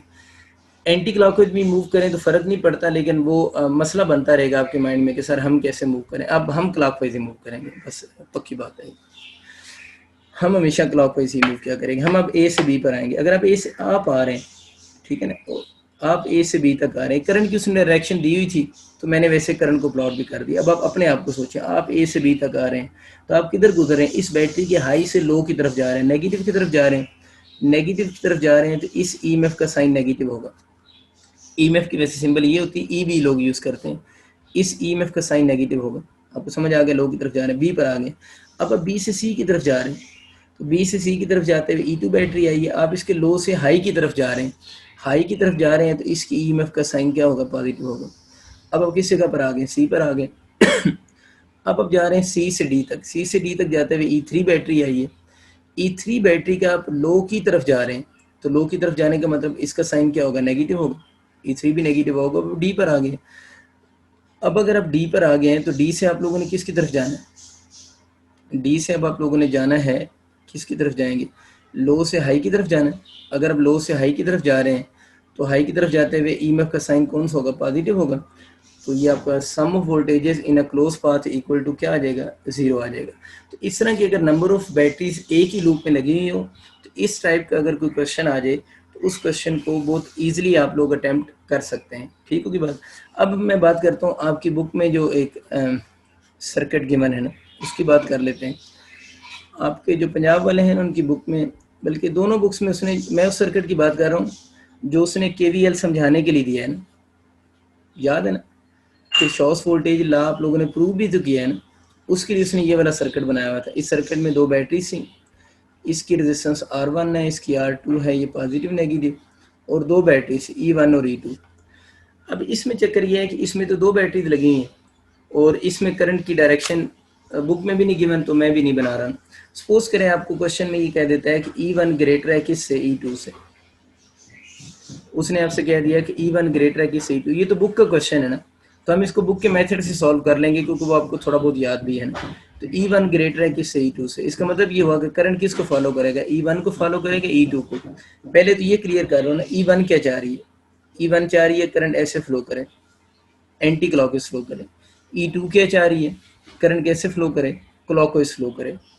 वैसे तो आप अगर करंट की डायरेक्शन E2 वाली भी ले लें तो फ़र्क नहीं पड़ता, लेकिन आप बेहतर है कि जब दो बैटरी सर्किट में लगी हुई हों, जब दो बैटरी लगी हुई हों तो आप उस बैटरी को ही फॉलो करें जिस बैटरी की ईएमएफ ज़्यादा होती है। अगर सर्किट में टू बैटरी लगी हुई हो तो आप उस बैटरी को ही फॉलो करें जिसकी ईएमएफ क्या होगी, ज़्यादा होगी। हम किसको फॉलो कर रहे हैं, E1 को। तो आप लोगों ने E1 को फॉलो किया है तो E1 ग्रेटर है किससे, E2 से। अगर E1 ग्रेटर है E2 से तो इस लूप में जो करंट होगा वो फिर कौन सा बनेगा, एंटी क्लॉकवाइज करंट होगा। और आपको याद होगा जब आप लोगों ने इस लूप को सॉल्व किया था तो आप लोगों ने कहाँ से मूव करना शुरू किया था। अब तो आपको समझ आ गया ना, E1 से हम लोगों ने शुरू किया था और इस सबको सॉल्व करते गए थे। अब जल्दी से इसके ऊपर रूल अप्लाई करते हैं क्योंकि बुक में ये होगा कि सर्किट बना हुआ आएगा और आपको बता देगा E1 बड़ा है E2 से या E2 बड़ा है E1 से। जो ग्रेटर होगा आप उसके करंट की डायरेक्शन ले लेंगे। ठीक है, अगर हम उसकी करंट की डायरेक्शन ले लेते हैं तो सपोज करें हम E1 से ही चलना शुरू करते हैं और दोबारा E1 पे वापस आके रुकेंगे भी। तब ज़रा देखें, अगर आप इस तरफ चल रहे हैं E1 से इस तरफ, यानी A से B पर आए, B से C पर, C से D पर, वापस A पर आ जाएंगे। तो आप इस बैटरी में से गुजरे हैं तो आप लो से हाई की तरफ जा रहे हैं। अगर लो से हाई की तरफ जा रहे हैं तो ईएमएफ का साइन क्या होगा, पॉजिटिव। अब आप इस रजिस्टर में से गुजरे हैं। अब ज़रा देखिएगा वो बात, देखिए अब आप इस रजिस्टर में से गुजर रहे हैं, ये किसकी डायरेक्शन है, आपकी मूवमेंट की डायरेक्शन है। आपकी मूवमेंट की डायरेक्शन और सर्किट में करंट की डायरेक्शन क्या है, सेम है। ये बात आपको याद आई, मैंने बोला कि रजिस्टर को सॉल्व करने के लिए करंट की डायरेक्शन का पता होना बड़ा ज़रूरी होता है। तो आपकी मूवमेंट और करंट की डायरेक्शन सेम है, तो क्या मैंने बताया था, अगर आपकी मूवमेंट और करंट की डायरेक्शन सेम हो तो पोटेंशियल ड्रॉप का साइन सेम में क्या बोला था मैंने, सेम में नेगेटिव। तो अगर सेम है तो नेगेटिव आएगा, तो ये बन जाएगा -IR1 होगा। आई के साथ 1 या 2 क्यों नहीं लिख रहा, ये सीरीज सर्किट है ना, यानी एक लूप है, तो एक लूप में करंट की डायरेक्शन सेम ही रहती है, ठीक है। तो माइनस आई आर 1 हो गया। अब आप कहेंगे बी से सी तक अगर हम आ रहे हैं, बी से सी तक आते हुए आप इस बैटरी में से गुजरेंगे। अगर आप इस बैटरी में से गुजर रहे हैं तो आप किधर मूव कर रहे हैं, हाई टुवर्ड्स लो पोटेंशियल आ रहे हैं। अगर आप हाई से टुवर्ड्स लो पोटेंशियल की तरफ आ रहे हैं तो फॉल इन पोटेंशियल है, तो E2 का साइन क्या होगा, नेगेटिव। फॉल इन पोटेंशियल की तरफ आ रहे हैं तो E2 का साइन नेगेटिव होगा। अब आप किसकी तरफ आ रहे हैं, सी पॉइंट पर। आप सी से किधर जा रहे हैं, डी तक। अगर आप सी से डी तक जा रहे हैं तो मुझे ये बताएं कि आपकी मूवमेंट और करंट की डायरेक्शन सेम है। हम नहीं पॉजिटिव नेगेटिव के चक्करों से निकल आए हैं, आपकी मूवमेंट और करंट की डायरेक्शन सेम है, तो इस रजिस्टर के क्रॉस पोटेंशियल ड्रॉप का साइन क्या होगा, नेगेटिव होगा। तो sum of voltages in a close path equal to क्या होगा, जीरो होगा। तो ये वाली इक्वेशन डिफरेंट लिखी होंगी, ये वाली इक्वेशन करेक्ट कंसीडर होगी। अब आप कहेंगे कि सर आपने थोड़ी देर पहले बोला था कि हम क्लॉकवाइज मूव करेंगे, अब तो आपने अभी बात चेंज कर दी है, आपने कैसे मूव किया है, एंटी क्लॉकवाइज मूव कर लिया। मैंने एंटी क्लॉकवाइज इसमें इसलिए मूव किया है कि आपकी बुक में ये है ना, आपकी बुक का सर्किट है तो आपको थोड़ा बेहतर याद है, तो हम क्लॉकवाइज मूव कर लेते हैं। चलिए हम क्लॉकवाइज मूव करते हुए सी से शुरू करते हैं, किधर से मर्जी शुरू कर लो, सी से शुरू करो, जिधर से कर लो, कोई फर्क नहीं पड़ेगा, ठीक है। चलिए हम क्लॉकवाइज मूव करते हुए हम ए से बी पर गए हैं ना, अब क्लॉकवाइज के लिए हम यूँ आ जाते हैं, ए से डी, डी से बी, डी से वापस है, मतलब क्लॉकवाइज चलते हैं। मतलब आप कहेंगे ना कि अभी हमने क्लॉकवाइज कहा था तो हमने एंटी क्लॉकवाइज, मैंने बुक की वजह से मूव किया, अब हम इसको क्लॉकवाइज सॉल्व करते हैं। क्लॉकवाइज करंट तो देखें, करंट आप पे डिपेंड नहीं कर रहा, करंट तो बैटरी की ईएमएफ पे डिसाइड कर रहा है। आप लोगों ने बोल दिया करंट इसमें वैसे ही रहेगा, ये नहीं कि अगर आप क्लॉकवाइज आ रहे हो और आप बोलो नहीं कि मैंने करंट को भी क्लॉकवाइज ही लेकर आना है, मैं जो क्लॉकवाइज जा रहा हूँ, करंट आप लोगों ने बैटरीज के अकॉर्डिंग ही लगाए। अब आप अपने आप को देखो, आप किधर आ रहे हो, ए से डी तक, ठीक है, कोई चीज़ ही नहीं यहाँ पर। अब आप जा रहे हो डी से सी तक, जरा ध्यान सुनना, आप जा रहे हो डी से सी तक, करंट आ रहा है सी से डी तक, करंट आ रहा है सी से डी तक, आप जा रहे हो डी से सी तक, तो आपकी मूवमेंट इधर है, आपकी मूवमेंट इधर है, आपकी मूवमेंट और करंट की डायरेक्शन एक दूसरे के अपोजिट। तो इस रजिस्टर में जो पोटेंशियल ड्रॉप आएगा उसका साइन क्या होगा, पॉजिटिव नहीं होगा, क्योंकि आपकी मूवमेंट और करंट की डायरेक्शन एक दूसरे के अपोजिट। तो IR2 हो गया। उम्मीद आपको समझ आ गई होगी। अब आप इस जगह पर आ गए, सी से बी पर जा रहे हैं। अगर आप सी से बी तक जा रहे हैं तो बैटरी आ गई, तो आप इसके नेगेटिव से पॉजिटिव की तरफ जा रहे हो, तो इस बैटरी की ईएमएफ का साइन क्या होगा, पॉजिटिव होगा, इसका साइन पॉजिटिव होगा। अब आप आगे हो बी से ए की तरफ जा रहे हो, करंट आ रहा है ए से बी तक। इस रजिस्टर को सोचो, करंट इस तरफ आ रहा है, राइट लेफ्ट कह रहे हो तभी बेहतर, ठीक है जो मर्जी कह दो। आप जा रहे हो बी से ए तक, करंट आपके अपोजिट आ रहा है, इस रजिस्टर में अपोजिट की वजह से पोटेंशियल ड्रॉप का साइन क्या होगा, नेगेटिव नहीं, सॉरी अपोजिट डायरेक्शन की वजह से साइन क्या होगा, पॉजिटिव होगा। अब इस रजिस्टर में से आप कैसे गुजरे हैं, सॉरी बैटरी में से, समझ आ गया आपको, हाई से गुजर रहे हैं लो की तरफ, तो इसका साइन कौन सा होगा, नेगेटिव होगा, तो 1 होगा ना, इक्वल टू क्या हो जाएगा, 0। अब बहुत सारे बच्चे बोलेंगे सर ये वाली इक्वेशन और ये वाली इक्वेशन तो अपोजिट आई है। देखिए इनमें सिर्फ किस चीज़ का फ़र्क है, इस इक्वेशन को, ये आपकी पता है ना बुक में केपीके में लाइन भी लिखी हुई है कि अगर आप करंट की डायरेक्शन को रिवर्स करेंगे तो नेगेटिव साइन आ जाएगा और आप एंड पे उस नेगेटिव साइन को इग्नोर कर देंगे। तो हमें पता है कि आप लोगों ने इस सर्किट को सॉल्व करते हुए, इस नीचे वाले सर्किट को सॉल्व करते हुए सिर्फ किसकी डायरेक्शन चेंज की है, अपनी मूवमेंट की डायरेक्शन चेंज की है। अदरवाइज इस इक्वेशन में और इस इक्वेशन में सिर्फ माइनस का फर्क है। अगर आप इस इक्वेशन को -1 से मल्टीप्लाई कर देना, अगर इस नीचे वाली इक्वेशन को -1 से क्या करें, मल्टीप्लाई करें, जरा चेक करो -1 से मल्टीप्लाई करके, माइनस यहाँ पर भी ये माइनस ठीक हो गया, ये इधर -1 से मल्टीप्लाई किया, ये भी माइनस हो गया, इसको -1 से मल्टीप्लाई किया, ये भी माइनस हो गया, और ये माइनस मिलकर प्लस हो गया, तो ऊपर वाली इक्वेशन आ नहीं गई।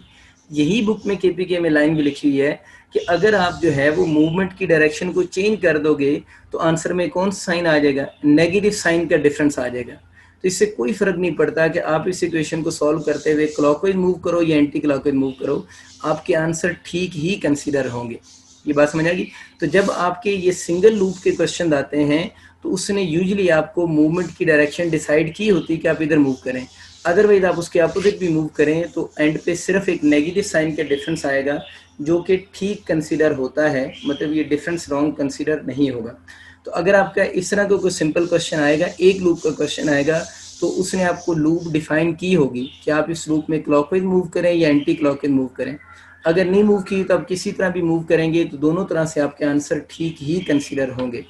उम्मीद है आपको ये चीज़ें तो आइडिया होगी होंगी। ये बहुत फंडामेंटल और बेसिक से मैंने बातें की हैं। अब बच्चों हम चलते हैं अपने प्रॉपर क्वेश्चन की तरफ उन क्वेश्चंस के ऊपर आप इस डेटा को अप्लाई करेंगे तो तभी आपको आइडिया होगा कि किरचॉफ जो करंट रूल है वो क्या रूल है और वो आपको कहना क्या चाह रहा है। तो क्वेश्चन अब स्टार्ट करते हैं फिर इसके, क्योंकि जो इसके बेसिक कंसेप्ट है वो तो आप लोगों ने सारे सीख लिए हैं। मैं एक सर्किट बनाता हूँ बहुत सिंपल सा, आप ज़रा इस सर्किट को देखें। पहले बहुत बेसिक से शुरू करते हैं, फिर थोड़ा थोड़ा आगे ग्रेजुअली मूव करते जाएंगे। तकरीबन 30 से 35 मिनट हम इसको 25-30 मिनट में इसको पढ़ाऊँगा, 25 मिनट बस, उसके बाद हम अगला टॉपिक शुरू कर देंगे। 2 ओम 3 ओम और एक बैटरी लगी 10 वोल्ट की। अब ये जो सवाल है ये बहुत आम सा सवाल है। अगर आपको क्वेश्चन आ जाता है कि find current in each resistor, find current in each resistor, आप सिर्फ ना मेरी बात को समझने की कोशिश कीजिएगा। ये सर्किट कहता है find current in each resistor. आपके केवीएल के क्वेश्चन भी यही हुआ करेंगे कि वो आपसे कहा करेगा कि हर रजिस्टर में से करंट बताएं। देखिए ये जो क्वेश्चन है, हमें क्या ज़रूरत है हम इसके ऊपर किरचॉफ वोल्टेज लॉ अप्लाई करें। हम इस सर्किट को तो किरचॉफ वोल्टेज लॉ के बिना भी तो सॉल्व कर सकते हैं ना, कि करंट इन ईच रजिस्टर कह रहा है, कैसे कैलकुलेट करेंगे। देखिए आप करंट का फ्लो बनाएं, ये करंट का फ्लो हो गया। क्या 2 और 3 में सेम करंट गुजर रहा है, नहीं गुजर रहा। जिनमें भी सेम करंट गुजरता है वो सीरीज में होते हैं। अगर ये दोनों सीरीज में है तो एक को R1 कह देते हैं, एक को R2 कह देते हैं। तो इनकी इक्विवेलेंट रेजिस्टेंस कितनी बनेगी, 2 + 3 5 ओम होगी। और हमें पता है ये दोनों सीरीज में है तो दोनों में करंट सेम गुजरेगा। तो अब उसने बोला हुआ है कि आप इन दोनों में से करंट बताएं। तो हमें पता है करंट सीरीज में बताने का क्या फॉर्मूला होता है, V = IRE। और I अगर बताना है तो I किसके इक्वल हो जाएगा, V/RE हो जाएगा। V कितना आ रहा है 10, RE/5, तो जो करंट बन रहा है वो 2 एम्पेयर हो जाएगा। ये तो बड़ी आम सी बात थी। इसको फिर मैंने सॉल्व क्यों किया है, मैंने इस क्वेश्चन को इसलिए लिखा है कि हम थोड़ा चेक कर लेते हैं कि जो किरचॉफ बातें कर रहे हैं वो सही भी है या नहीं है, कि उसने शुगर तो नहीं लगाया हुआ ना। मतलब हमने कंफर्म कर लिया कि जो इस सर्किट में इस 2 ओम और 3 ओम दोनों में से करंट कितना गुजर रहा है, 2 एम्पेयर ही गुजर रहा है, क्योंकि दोनों सीरीज में है तो करंट सेम होगा। अब अगर हम इसी सर्किट के ऊपर केवीएल अप्लाई करें, क्या इसके ऊपर केवीएल अप्लाई नहीं होगा? अगर आपने लास्ट लेक्चर मेरा सुना है तो होगा। केवीएल कम्प्लेक्स सर्किट के ऊपर भी अप्लाई होता है। मैंने आपको ये बात बोली थी क्लास में उस वक्त, और मैंने कहा था जो सिंपल सर्किट्स होते हैं उनके ऊपर भी केवीएल अप्लाई हो जाता है। लेकिन क्योंकि सिंपल सर्किट के लिए, पुराने लेक्चर की बातें बोल रहा हूँ, क्योंकि सिंपल सर्किट के लिए सीरीज और पैरेलल के रूल अप्लाई हो जाते हैं और ओहम लॉ वैलिड होता है। सीरीज या पैरेलल के रूल अप्लाई हो जाते हैं और ओहम लॉ अप्लाई हो जाता है, तो केवीएल को अप्लाई करना थोड़ा मुश्किल होता है।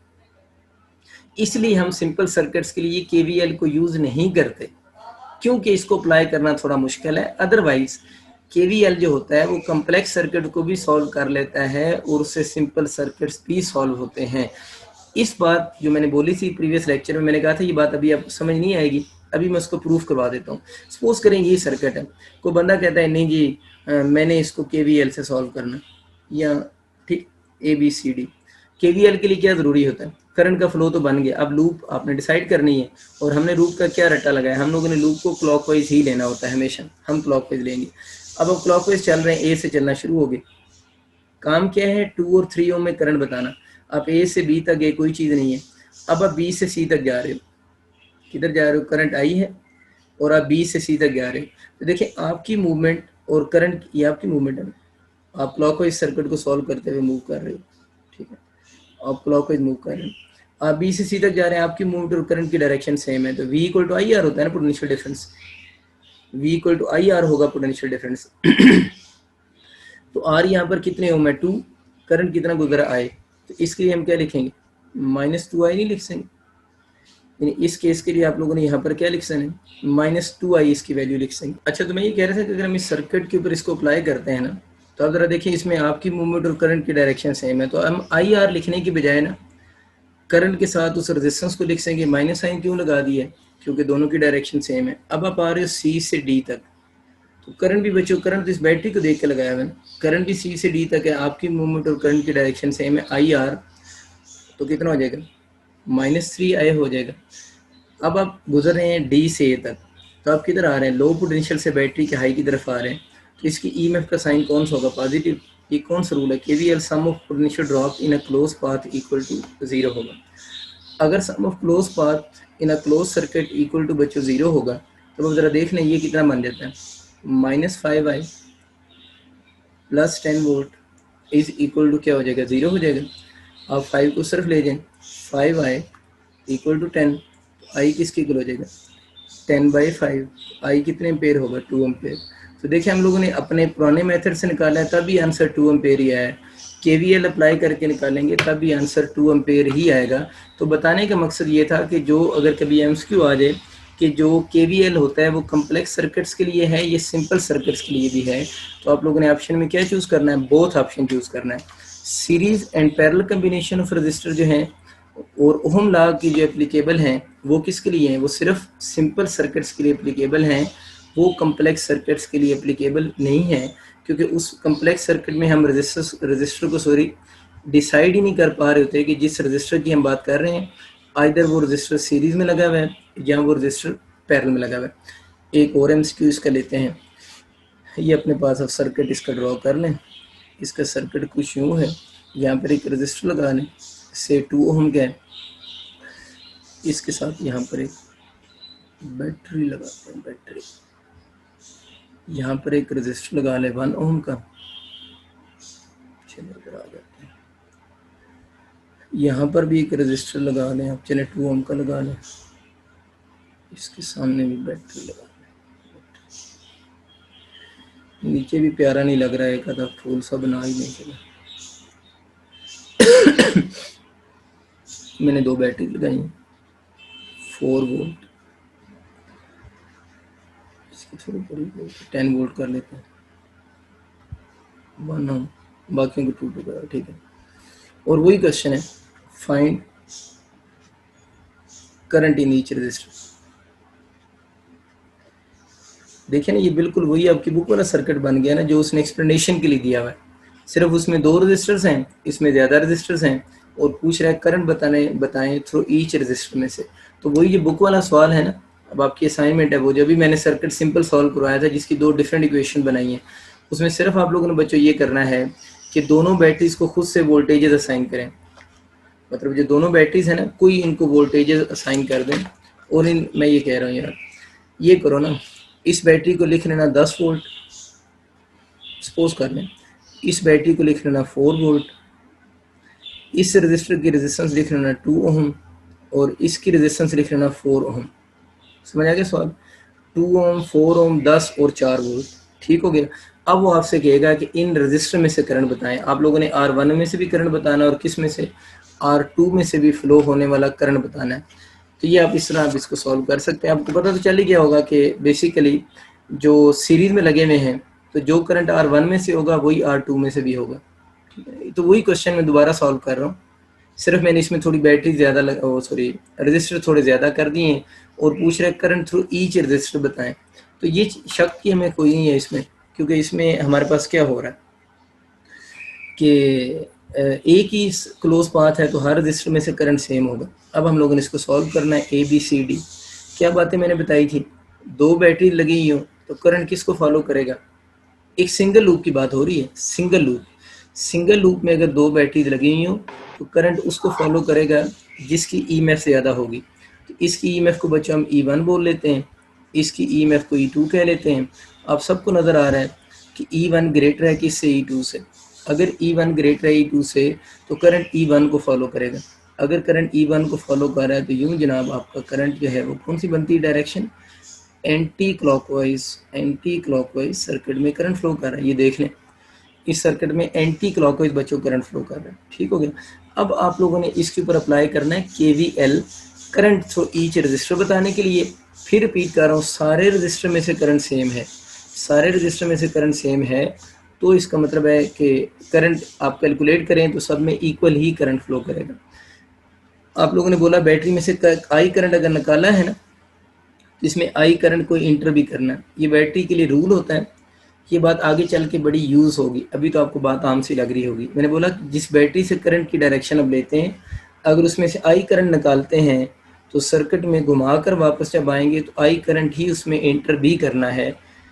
ये बात की भी आपको इम्पोर्टेंस फील नहीं होगी, लेकिन थोड़ी देर बाद यही बात आप समझेंगे कि यही पूरे टॉपिक में काम की बात भी थी। खैर अभी हम शुरू करते हैं। हम लोगों ने क्या रट्टा लगाया था कि हम कैसे चलेंगे क्लॉकवाइज, हम क्लॉकवाइज ही चलेंगे। हम कहाँ से शुरू करेंगे, ए से। और हमने ये भी याद कर लिया था कि अब हम जो आई आर की जब इक्वेशन बनाया करेंगे, जब करंट फाइंड करना होगा, तो हम रेजिस्टेंस को करंट के साथ डायरेक्ट लिख लिया करेंगे, जिस तरह ये की है, जिस तरह ये की है।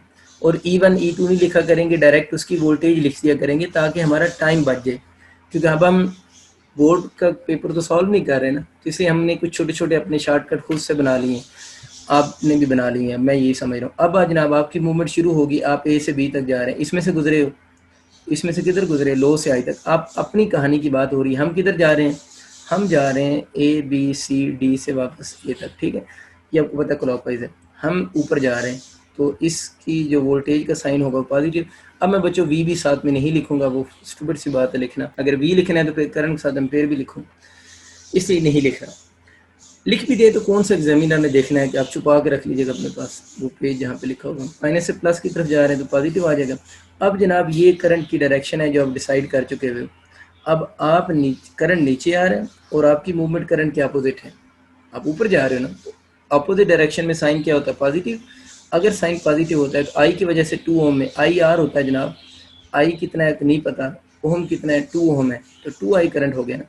अपोजिट की वजह से साइन कौन सा आ जाएगा, पॉजिटिव, प्लस 2 आई लिखेंगे। उम्मीद आप समझदार हो चुके हैं। अब जनाब आप इस जगह पर आए हैं, आपके बाल भी निकल आए हैं, काफ़ी ऐसा हो गया आपको चलते हुए। अब आप जा रहे हैं बी से सी तक, करंट आ रहा है आपके अपोजिट, अपोजिट की वजह से, इस आई की वजह से 1 ओम में पोटेंशियल ड्रॉप का साइन पॉजिटिव होगा, तो उसको आई लिखेंगे, आई इंटू 1 आई होता है, इसके साथ वो ज़रूरत नहीं है 1 को लिखने की ना। अब बच्चों आप आ रहे हैं सी से डी की तरफ, आप नीचे आ रहे हैं, यूँ आ रहे हो आप, और करंट जो है वो नीले रंग का करंट है, करंट ऊपर जा रहा है अपोजिट डायरेक्शन। तो आई की वजह से रजिस्टर 2 ओम का, तो इसमें भी साइन कौन सा होगा, पॉजिटिव, 2 आई आर 2 आई, ठीक है। अब जनाब इस बैटरी में से भी आपको गुजरना पड़ रहा है, क्योंकि आप तो अपनी लूप को पूरा करते हो, और आप उसके गुजरे हो हाई से लो की तरफ। अगर आप इस बैटरी के जनाब हाई से लो की तरफ गुजर रहे हैं तो साइन नेगेटिव होगा, क्योंकि फॉल इन पोटेंशियल आ रहा है, नेगेटिव की तरफ आ रहे हैं तो नेगेटिव होगा। अभी भी बातें बाकी हैं। अब डी पर आ गए, आप जनाब डी से इस तरफ आ रहे हैं, आप इस तरफ आ रहे हैं, करंट का आपके अपोजिट जा रहे हैं, तो रजिस्टर 1 ओम का है, तो इसकी वजह से पोटेंशियल ड्रॉप का साइन पॉजिटिव होगा, because you are moving in opposite direction. कुछ सोच रहे होंगे सर आई कैसे लिखा है, देखो यहाँ पर भी 1 लिखा है, यहाँ पर भी 1 लिखा था, मुझे नज़र आ रहा है, आपको नज़र नहीं आ रहा, अभी आप छोटे हैं, बड़े होकर आपको भी नज़र आएगा। तो 1 लिखें या ना लिखें एक ही बात है ना। तो sum of potential changes in a close path equal to क्या होगा, 0 होगा। चलें ये अच्छी बातें होगी। अब जनाब आप देख लें इसमें क्या कुछ इकट्ठा हो रहा है, 2 आई प्लस आई 3 आई और 5 आई हो गया, और ये कितना हो गया, 6 आई आपके पास बन गया जनाब। अब वो चला गिन लिया मैंने, 6 आई बना। ये एक नंबर 4 बचा हुआ है, ये नंबर 10 है, और तो मेरा ख्याल कोई नहीं है, देख लेना कोई गलती चलती ना मैंने कर दी। 6 आई -6 ये आपने खुद चेक करना, उम्मीद तो है ठीक हुआ होगा। तो ये -6 है, उधर जाकर +6 हो गया, तो आई इज इक्वल टू 6/6। तो करंट इस सर्किट में जो फ्लो करेगा सब रजिस्टर में, वो बच्चों आप लोगों का 1 एम्पेयर होगा। तो जो चांसेस है ना, मतलब क्वेश्चन आने के, ये तो बहुत बेसिक से सर्किट्स है ना, मतलब ये वाला मैंने आपको सर्किट करवाया, अगला आपको नेक्स्ट सर्किट करवा दिया। इसमें तो आप ये नहीं कह सकते कि ये आप इनको कम्प्लेक्स सर्किट्स की कैटेगरी में काउंट करें, कि ये कम्प्लेक्स सर्किट्स हैं, ये नहीं आ सकते, ये तो बिल्कुल आ सकते हैं। अब हम एक आधा क्वेश्चन जो है वो थोड़ा कम्प्लेक्स सर्किट्स का भी ले लेते हैं, ताकि आपकी थोड़ी सी कन्फ्यूजन उसके बारे में भी रिमूव हो जाए। लेकिन ये जो मैं अभी आपको क्वेश्चन करवाने लगा हूँ, इस तरह के क्वेश्चन आने के चांसेस थोड़े कम होते हैं, ठीक है ना। ये वो जिस तरह का आपकी बुक में न्यूमेरिकल है ना, वैसा मैं एक सर्किट बनाता हूँ। वो तो नहीं बना रहा, क्योंकि वो तो आपकी बुक में बना हुआ है ना, उसको तो आप वहाँ से देख के खुद ही सिंपल वैल्यूज़ के साथ हल कर सकते हैं। उस सर्किट को आपकी असाइनमेंट समझ लें कि वो आपकी असाइनमेंट है, वो आपने खुद से घर से करना है। इसको मैं करवा देता हूँ, ये मेरा दिल तो नहीं करवाने को, लेकिन मेरा दिल तो ये असाइनमेंट दे दूँ। लेकिन इसमें मैंने एक दो बातें आपको और समझाता हूँ, ताकि आपकी थोड़ी जो डर है ना, वो केवीएल का डर आपके जहन से निकल जाए। ये बैटरी होगी, ये बैटरी होगी, इस बैटरी को 20 वोल्ट की लिख सकते हैं, ये भी चले 20 वोल्ट की लिख सकते हैं। 3 रजिस्टर लगे हुए हैं, और क्वेश्चन है कि find current in each resistor, find current in each resistor. यानी जो रजिस्टर लगे हैं उनमें से करंट बताएं, नाम दे लें, R1, R2, R3, इसके भी नाम देने तो इसका E1 बोल दें। अब तो मैं नाम तो खैर यूज़ नहीं करता इसलिए फ़ायदा नहीं है नाम देने का, वैसे आपकी वो हमें आदत हुई होती है ना FSC में, अब बेटा हम इसको ये रख लेते हैं, तो इसलिए मैं कह देता हूँ, नाम शम ना भी दिया करें, ज़रूरत को नहीं होती। अच्छा, अब जो बात मैं करने लगा हूँ ये आपको थोड़ी सी मुश्किल लगेगी अभी जो मैं बोलूँगा। देखिए सर्किट में 2 बैटरीज लगी हैं, 2 बैटरीज हैं, आप इन दोनों बैटरी से करंट ड्रॉ कर लें, करंट ड्रॉ करें मतलब करंट बना लें, या किसी एक बैटरी का भी करंट बना लें, क्वेश्चन सॉल्व हो जाएगा। मतलब आप कहते हैं ना मैंने करंट की डायरेक्शन लेनी है, तो करंट इस बैटरी का लें या इस बैटरी का लें या दोनों का एक ही वक्त में ले लें, एक ही बात है, क्वेश्चन सॉल्व हो जाएगा। मैंने लेकिन एक चीज़ का ख्याल रखें कि जिस बैटरी से जितना भी करंट आप बाहर निकालें उस बैटरी को वापस उतना ही करंट करें ताकि आप ईमानदार कंसीडर हों। ये बात अभी आपको समझ नहीं आई होगी, ठीक है। अभी हमने क्या रूल समझा हुआ है, हमने तो FSC में यही सीखा है, क्योंकि हमारी बुक हमें सिखाती इतना ज़्यादा है कि जो करंट है उसकी दोनों बैटरी से बनाना होता है। तो चले मैं दोनों से बनाता हूँ, मैं इस पर बाद में बात करता हूँ जो मैंने भी बातें की, लेकिन वो याद रखनी है।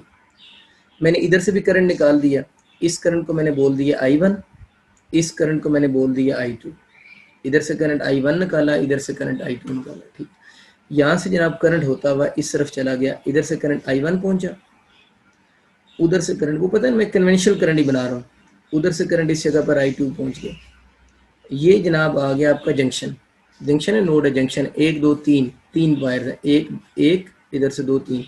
अब इस जंक्शन पे किरचॉफ्स करंट रूल अप्लाई होगा। इस जंक्शन के हिसाब से देखो, ये इनकमिंग करंट, ये इनकमिंग करंट, तो इस तरफ करंट कितना आएगा, फिर आउटगोइंग करंट आएगा, और इस तरफ करंट कितना बनेगा, I1, और प्लस कौन सा होगा, I2 होगा।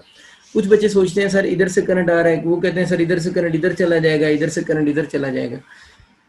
बंदे बन जाओ, ये शुगल ना लगाएं करंट के साथ। इसके ऊपर आप यूँ सोचो ना, किरचॉफ्स करंट लॉ अप्लाई होना है।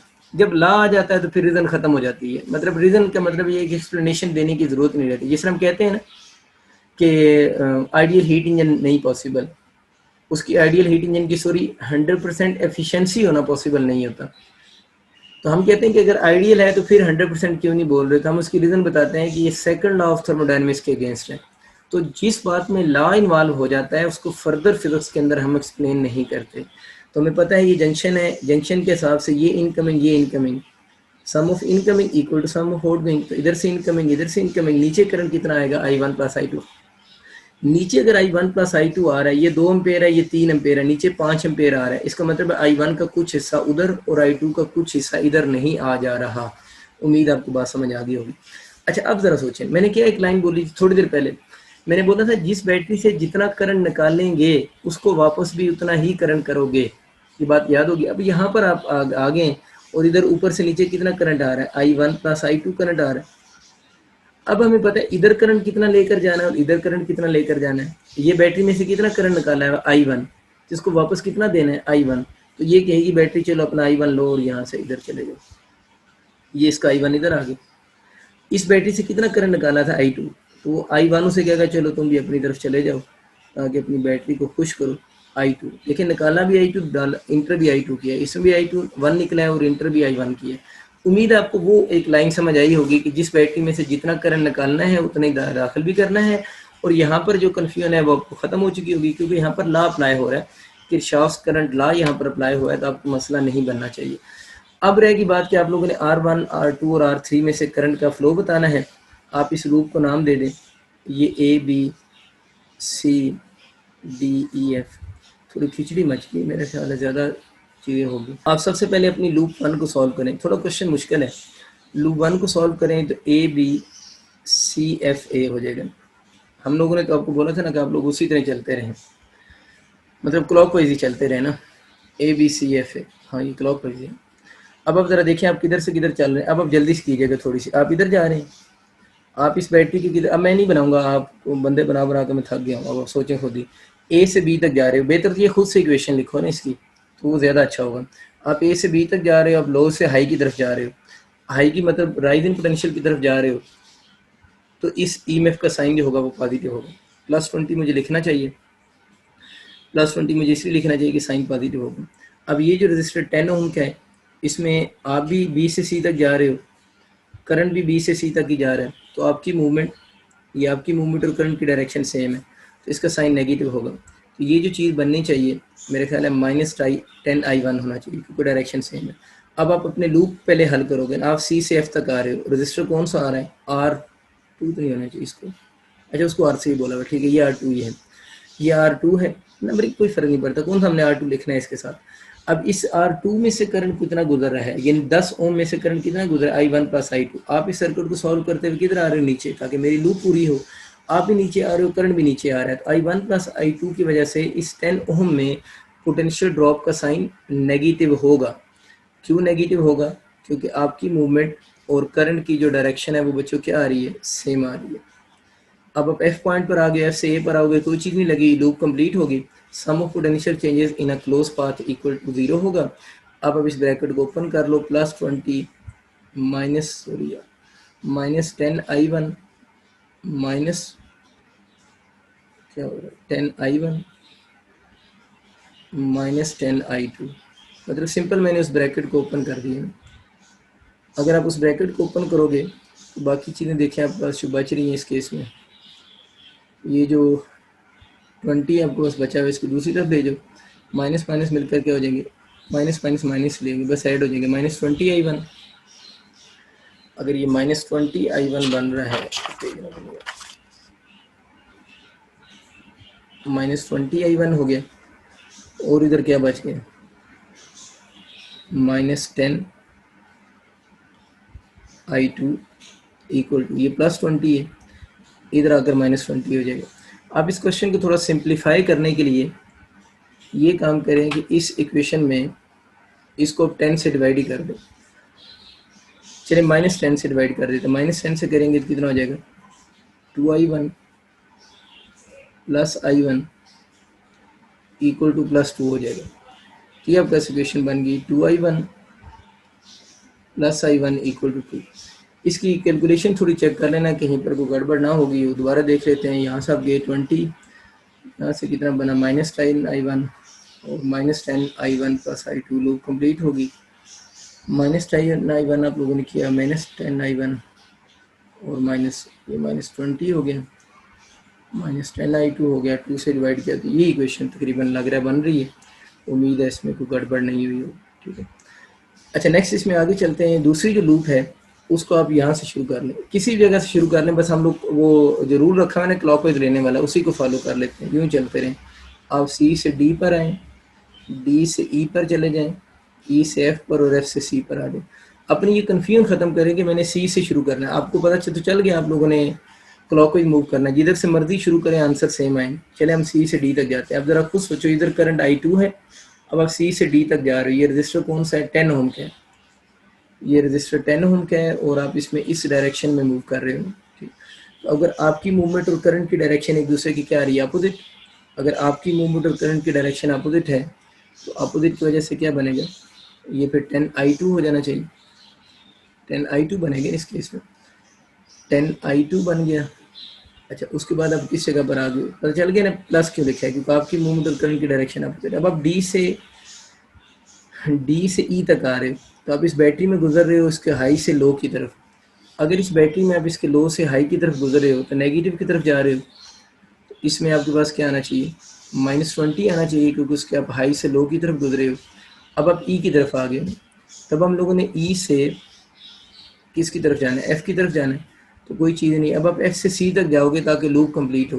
तो I1 + I2 करंट नीचे आ रहा है, आप उसके अपोजिट जा रहे हो, तो प्लस आएगा ना इसकी वजह से, +10 रजिस्टर की रेजिस्टेंस, I1 प्लस कौन सा हो जाएगा, I2 इक्वल टू 0 हो जाएगा। वही sum of potential changes in a close path equal to 0 होंगे। तो ये 10I2 -20 plus 10I1 plus 10I2 equal to 0 हो जाएगा। 10I1 plus 10I2 equal to 0, ये दोनों अगर आप मिलाएंगे तो कितना हो जाएगा, 20I2, सॉरी हाँ ठीक है, 20I2 ही बनेगा ना, और प्लस 10I1 हो जाएगा। ये इधर -20 हो रहा है, उस तरफ जाकर इसको +20 हो जाना चाहिए। अगेन इस इक्वेशन को आप यही काम करें, वही पहले वाला, कि इसको 10 से डिवाइड कर दें ताकि थोड़ी सिंप्लीफाई हो जाए। तो 10 से डिवाइड करोगे तो 2i2 plus i1 equal to 2 हो जाएगा। इसको कोई आप इक्वेशन नंबर 2 का नाम दे दें, बल्कि इसको 2 का नाम दें, थोड़ा तरतीब से लिख लेते हैं। 2 का नाम दे दें। अब ज़रा देखें, हमें असल में i1 और i2 करंट्स की वैल्यू चाहिए ना। जब i1 और i2 कैलकुलेट होंगे तो सर्किट सॉल्व होगा। तो ये इक्वेशन 1 है, ये इक्वेशन 2 है। अब वो लोग सिंपल ये काम करें, इसमें इसके साथ तो 2 आएगा। अब ये इक्वेशन है, एक दूसरी इक्वेशन। अब हम लोगों ने क्वेश्चन को सॉल्व करना है। सॉल्व करने के लिए हमें i1 और i2 की वैल्यू चाहिए होंगी। तो बहुत बेसिक मेथड ये होता है कि दोनों इक्वेशंस को आपस में इक्वेट कर दें। अगर इसको मैं इक्वेट करने के लिए थोड़ा इसको तरतीब से लिखूँ इस इक्वेशन को, तो ये वाली इक्वेशन कुछ यूँ बन जाएगी, i2 प्लस 2i1, i2 को पहले लिखिए, इक्वल टू 2 हो जाएगा। अब अगर इस इक्वेशन में पता है 2i2 है, इसमें सिंपल i2 है इसमें 2i2 बना लेते हैं। इस इक्वेशन को हम मल्टीप्लाई कर दें -2 से। अगर -2 से मल्टीप्लाई कर दो तो -2i2 ये बन जाएगा -4i1 इक्वल टू हो जाएगा -4 हो जाएगा। फिर मैंने इस इक्वेशन को -2 से इसलिए मल्टीप्लाई किया है क्योंकि इधर 2i2 था ना, इसको माइनस से मल्टीप्लाई करेंगे तो ये उससे अब ऐड करेंगे तो कैंसिल हो जाएंगे। तो -2 से इस पूरी इक्वेशन को मल्टीप्लाई कर दिया, और मल्टीप्लाई करने के बाद इसको इस इक्वेशन में आप लोग ऐड कर दें। अगर हम इसको इस इक्वेशन में ऐड करते हैं तो क्या बन जाएगा, -2i2, समझ आ गया होगा। अब ऐड करेंगे तो ये प्लस माइनस कैंसिल होंगे। इसके नीचे आ जाएगा -4i1 इज इक्वल टू हो जाएगा, इसके नीचे अब प्लस -4 आ जाएगा। अब इसको अगर आप सॉल्व करो तो ये प्लस माइनस आपस में कैंसिल हो गए।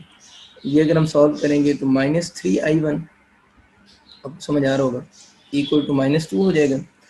इसी तरह अगर आप यहाँ से इसका i1 यहाँ से कैलकुलेट करोगे, माइनस माइनस मिलकर प्लस हो जाएंगे। तो i1 जो होगा वो 2/3 एम्पेयर की इक्वल हो जाएगा। तो i1 आपका 2/3 एम्पेयर बना।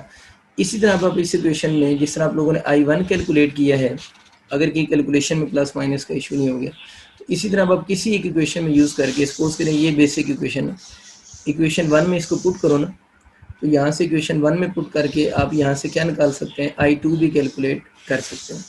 तो ये थोड़ा सा एक मेथड होता है। मैंने आपको बताया कि इस तरह के क्वेश्चन आने की चांसेस तो नहीं होते, लेकिन थोड़ा सा आपको इस मेथड से फेमिलियर होना चाहिए। मे बी ये इतना ही क्वेश्चन वो दे दे कि वो आपसे ये कहे कि इन दोनों लूप्स की करंट की इक्वेशन कौन सी करेक्ट होगी, इसकी कोई इक्वेशन बनाकर दे दे या इसकी कोई इक्वेशन बनाकर दे दे, तो आपको एटलीस्ट किसी भी जो अननोन लूप होती है, उस अननोन लूप की जो करंट की इक्वेशन है वो इक्वेशन कैलकुलेट करना आना चाहिए। ठीक होगी बात। तो अगर आपको करंट की कैलकुलेशन आती है तो बाकी आप क्वेश्चन को ईजिली सॉल्व कर सकते हैं। उम्मीद आप लोगों से हो जाएगा। मैं इसी क्वेश्चन को दोबारा एक और बात करता हूँ जिसके लिए मैंने इसको हल किया है, फिर बस एक क्वेश्चन और करने के बाद इसको वाइंड अप ही कर देते हैं। तो उम्मीद आपको इसका आइडिया हो चुका होगा कि आप इस तरह इस क्वेश्चन को सॉल्व कर सकते हैं। जो मैं बात कर रहा था ना, उस बात को दोबारा सुनिएगा। वो बैटरी वाली जो बात थी ना, इसमें इस जगह तो रजिस्टर ही नहीं था। सर्किट मुझे सही तरह याद नहीं, चलिए ये पढ़ा हुआ इधर से देख बनाते हैं। ये पॉजिटिव नेगेटिव, बस इस कंसेप्ट को थोड़ा सा आप लोगों ने ऑब्जर्व करने की कोशिश करनी है, ताकि इन केस अगर कभी किसी यूनिवर्सिटी में क्वेश्चन आ भी जाए तो आप कन्फ्यूजन एटलीस्ट फिर आपको नहीं हो। इधर मेरे ख्याल पॉजिटिव था, इधर नेगेटिव, ये भी मेरे ख्याल 10 ओम का था, ये भी 10 ओम का था। ठीक है। अच्छा, जब एंड पे वो पूछेगा ना करंट बताएं थ्रू ऑल रजिस्टर, वो तो सॉरी बात रह गई थी। अब अभी सर्किट में देखें, ये जरा बात ध्यान सुनिएगा। अगर क्वेश्चन आता है ना करंट थ्रू ऑल रजिस्टर बताएं, इसमें से करंट आप कितना गुजारे i1, तो इस R1 में का आंसर होगा R1 रजिस्टर में से कितना करंट गुजरा, i1 का जो जवाब होगा वही R1 में से करंट गुजर रहा होगा। इस R3 में से कितना करंट गुजरा है, इसमें से सिर्फ i2 करंट गुजर रहा है, तो i2 का आंसर लिखेंगे। लेकिन ये जो करंट है ना i1 प्लस i2 लिखा हुआ है, तो जो दोनों करंट्स आएंगे उन दोनों करंट्स को ऐड करेंगे तो करंट कौन सा बनेगा, R3 बनेगा, R2 में से बनेगा ना। तो R2 में से अगर करंट बताना होगा तो आप लोगों ने जो दोनों करंट्स आपके आ रहे होंगे उन दोनों करंट्स का आप लोगों ने सम करना होगा। तो उन दोनों का सम जो करंट बनेगा वो किस में से होगा, इस वाले में से करंट बनेगा आपका। R2 में से करंट i1 प्लस i2 गुजर है। खैर, मैं उसी चीज़ को कन्फ्यूजन को आपकी रिमूव करता हूँ थोड़ा सा, शायद आपको मैं वो बात है असल में उसी तरह कन्वे कर पाऊँ। देखिए, हम लोगों ने ये बात की थी कि अगर सर्किट में करंट की डायरेक्शन हम लोगों ने लेनी हो तो हम दोनों बैटरी से भी करंट की डायरेक्शन ले सकते हैं, किसी एक में से भी ले सकते हैं। तो सपोज करें इस क्वेश्चन को आप ना होमवर्क के तौर पर इस तरह भी ट्राई करना, होमवर्क है आप लोगों का ना। आप यहाँ से करंट ले लो, आप बोलो यहाँ से करंट आई आ रहा है और आप इस सर्किट को सॉल्व करते हुए यहाँ पर पहुँचे। यहाँ तो करंट डिवाइड हो रहा है, कुछ करंट नीचे जा रहा है, कुछ करंट इधर जा रहा है। तो अब यूँ समझ लो कि इधर से इस तरफ करंट I1 जा रहा है, इस तरफ करंट I2 जा रहा है। और ये तो आपको पता होगा ना, ये यहाँ से करंट इस जगह पर कितना आया, I आया, यहाँ से I, इधर I1, इधर I2। अब इसमें से आप लोगों ने करंट गुजारा, करंट कितना गुजरा, I1 इसमें से गुजरा है इस सर्किट में से। अब यहाँ पर आ गए, अब यहाँ पर आकर सोचो ऊपर से नीचे I2 आ रहा है, इधर से घूम के कितना आ रहा है, I1। और हमें पता है जब इस बैटरी की तरफ करंट ने जाना है तो इसमें से कितना निकाला था, I, इसको वापस भी कितना करना है, I। तो देखिए I था किसके इक्वल, I1 प्लस I2 नहीं था। तो यहाँ से I2 आ रहा है, इधर से I1 आ रहा है, तो दोनों मिलकर दोबारा क्या हो जाएंगे, I। तो यहाँ से करंट I बन जाएगा। अब ये करना है कि इसी सर्किट को सॉल्व दोबारा करना, A B C D E। अगर आपका टाइम हो तो मतलब इसको ट्राई करना। अब जब आप ट्राई करोगे तब देखिएगा I1, अब इसमें करंट के नाम और हो गए ना, इसमें 3 डिफरेंट करंट्स हैं। इसमें से करंट I1 गुजर रहा है, इसमें से करंट I2 गुजर रहा है और इसमें से करंट कितना गुजर रहा है, आपके I1, I2 और I के जो आंसर होंगे वो डिफरेंट ज़रूर होंगे, मतलब वो आंसर कुछ भी हो सकते हैं। लेकिन आप एक चीज़ काम कीजिएगा, आप देखिएगा 10 ओम में से कितना करंट गुजरा है, I1। तो जो I1 का आंसर होगा ना, जो 10 ओम में से गुजर रहा है, वो I1 और ये I1 का आंसर क्या होगा, सेम होगा, क्योंकि इस 10 ओम में से जो फाइनल करंट गुजरेगा वो आपका सेम आएगा। अब इस 10 ओम में से करंट पहले कितना गुजरा था, I2 गुजरा था ना। अब इस 10 ओम में से करंट कितना गुजरा, I। ये वाला 10 ओम की बात हो रही है, ये दो 10 ओम है ना, एक ये वाले 10 ओम में से तो I2 था ना, इस 10 ओम में I2 तो नहीं गुजरा, इस 10 ओम में I गुजरा था। अब देखिएगा I की जो करंट इस रजिस्टर 10 ओम में से गुजरेगा और I2 और इस I के आप देखिएगा आंसर सेम होंगे। इसी तरह इस दरमियान वाले में से करंट कितना गुजरा, I1 प्लस I2 गुजरा है। आप I1 और I2 की इधर सम करोगे तो R2 का करंट आएगा ना, और इधर 10 ओम में से सिर्फ कितना करंट गुजरा, I2। तो I2 का आंसर I1 प्लस I2 के सम के बराबर होगा। अब बहुत सारे बच्चे दोबारा ये गलती करेंगे कि वो इन I1 और I2 को वो वाले I1 और I2 समझेंगे। इनके जवाब डिफरेंट ज़रूर हो सकते हैं सर्किट के अकॉर्डिंग, लेकिन इस रजिस्टर में जो करंट निकालोगे, इसमें जो निकालोगे और इसमें जो निकालोगे, जिस मर्जी मेथड से निकालोगे, क्वेश्चंस के आंसर सेम होंगे। ये मैंने आपको इसलिए सिर्फ सर्किट करवाया है, ये वाला सर्किट और ये पिछला सर्किट। समटाइम ऐसे हो सकता है कि अगर कोई एग्जामिनर बहुत अच्छा हो, वो ये कहानी ना कहीं कर दे कि उसने इस सर्किट में करंट की डायरेक्शन शो की हुई है, दोनों बैटरी से करंट की डायरेक्शन शो की हुई है, और वो कुछ सर्किट बना दे और इस सर्किट को नीचे ये वाला भी बना दे और पूछे बताएं इनमें से किस सर्किट में करंट की डायरेक्शन करेक्ट शो हो रही है। मतलब सर्किट में करंट खुद बनाकर दे दे और पूछे बताएं किस सर्किट में करंट करेक्ट है या इनकरेक्ट है। तो याद रखना है कि अगर दो बैटरीज हों, दोनों से भी करंट बनाया जा सकता है। चेकिंग का रूल जो सिंपल सा होता है ना, वो ये होता है, आप इधर से चेक करें, यहाँ से I2 निकाला है, क्या इंटर भी I2 कर रहा है, और इधर से I1 निकाला है तो क्या इंटर भी I1 कर रहा है, इसका मतलब ठीक इसने किया हुआ है। और इधर भी वही चक्कर है, इससे कितना करंट उसने निकाला है, I1 निकाला है, मतलब निकाला नहीं, वो तो हमारा आ रहा था, I1 आ रहा था, और इधर से इंटर भी इसने क्या करवाया, I1। हालांकि आपको पता है हमने इधर से नहीं, हमने इधर से करंट लिया, लेकिन वैसे चेकिंग बता रहा हूँ, इंटर और लीव सेम है। इधर देखें, असल में तो इधर से करंट निकाला हुआ है, तो निकाला कितना I, तो इंटर भी इसने कितना किया, I1 नहीं होगा, सॉरी गलती से I1 लिख दिया, I होगा। ये I पता नहीं कैसे हो गया है, ये दोनों का सम करें तो I बनता है ना, I1 प्लस I2। इधर भी दोनों का सम लिखेंगे, क्या जरूरत है I1 प्लस I2 लिखने की, वो आपके पास E करंट हो जाए। E पॉइंट से करंट ऊपर कितना जा रहा है, I ही आप लोगों को करंट फ्लो कर रहा है। तो ये एक सिंपल सा चेकिंग का टूल होता है कि आप किसी भी सर्किट को अगर चेक करना चाहते हैं तो इस मेथड से आप उस सर्किट को चेक भी कर सकते हैं कि किसी भी सर्किट में करंट की डायरेक्शन क्या बनेगी। ठीक है बात। किरचॉफ्स केवीएल का अब हम लास्ट क्वेश्चन करते हैं, जो बहुत बेसिक और फंडामेंटल सा क्वेश्चन है। ये क्वेश्चन किसी और तरीके से भी हम सॉल्व कर सकते हैं, लेकिन मैं इसको केवीएल से करवा देता हूँ। तो आपको समझ आ गई कि जो हमने सर्किट सॉल्व किए हैं उसके, ये नहीं ज़रूरी कि ज़ाहिर है ये बड़ा क्वेश्चन है, ये मतलब उस मेथड से सॉल्व ही होता है, काफ़ी बड़ा हो जाता है, न्यूमेरिकल है, लेकिन आप लोगों ने इन सर्किट्स को एक दफ़ा खुद से मस्त सॉल्व करना है।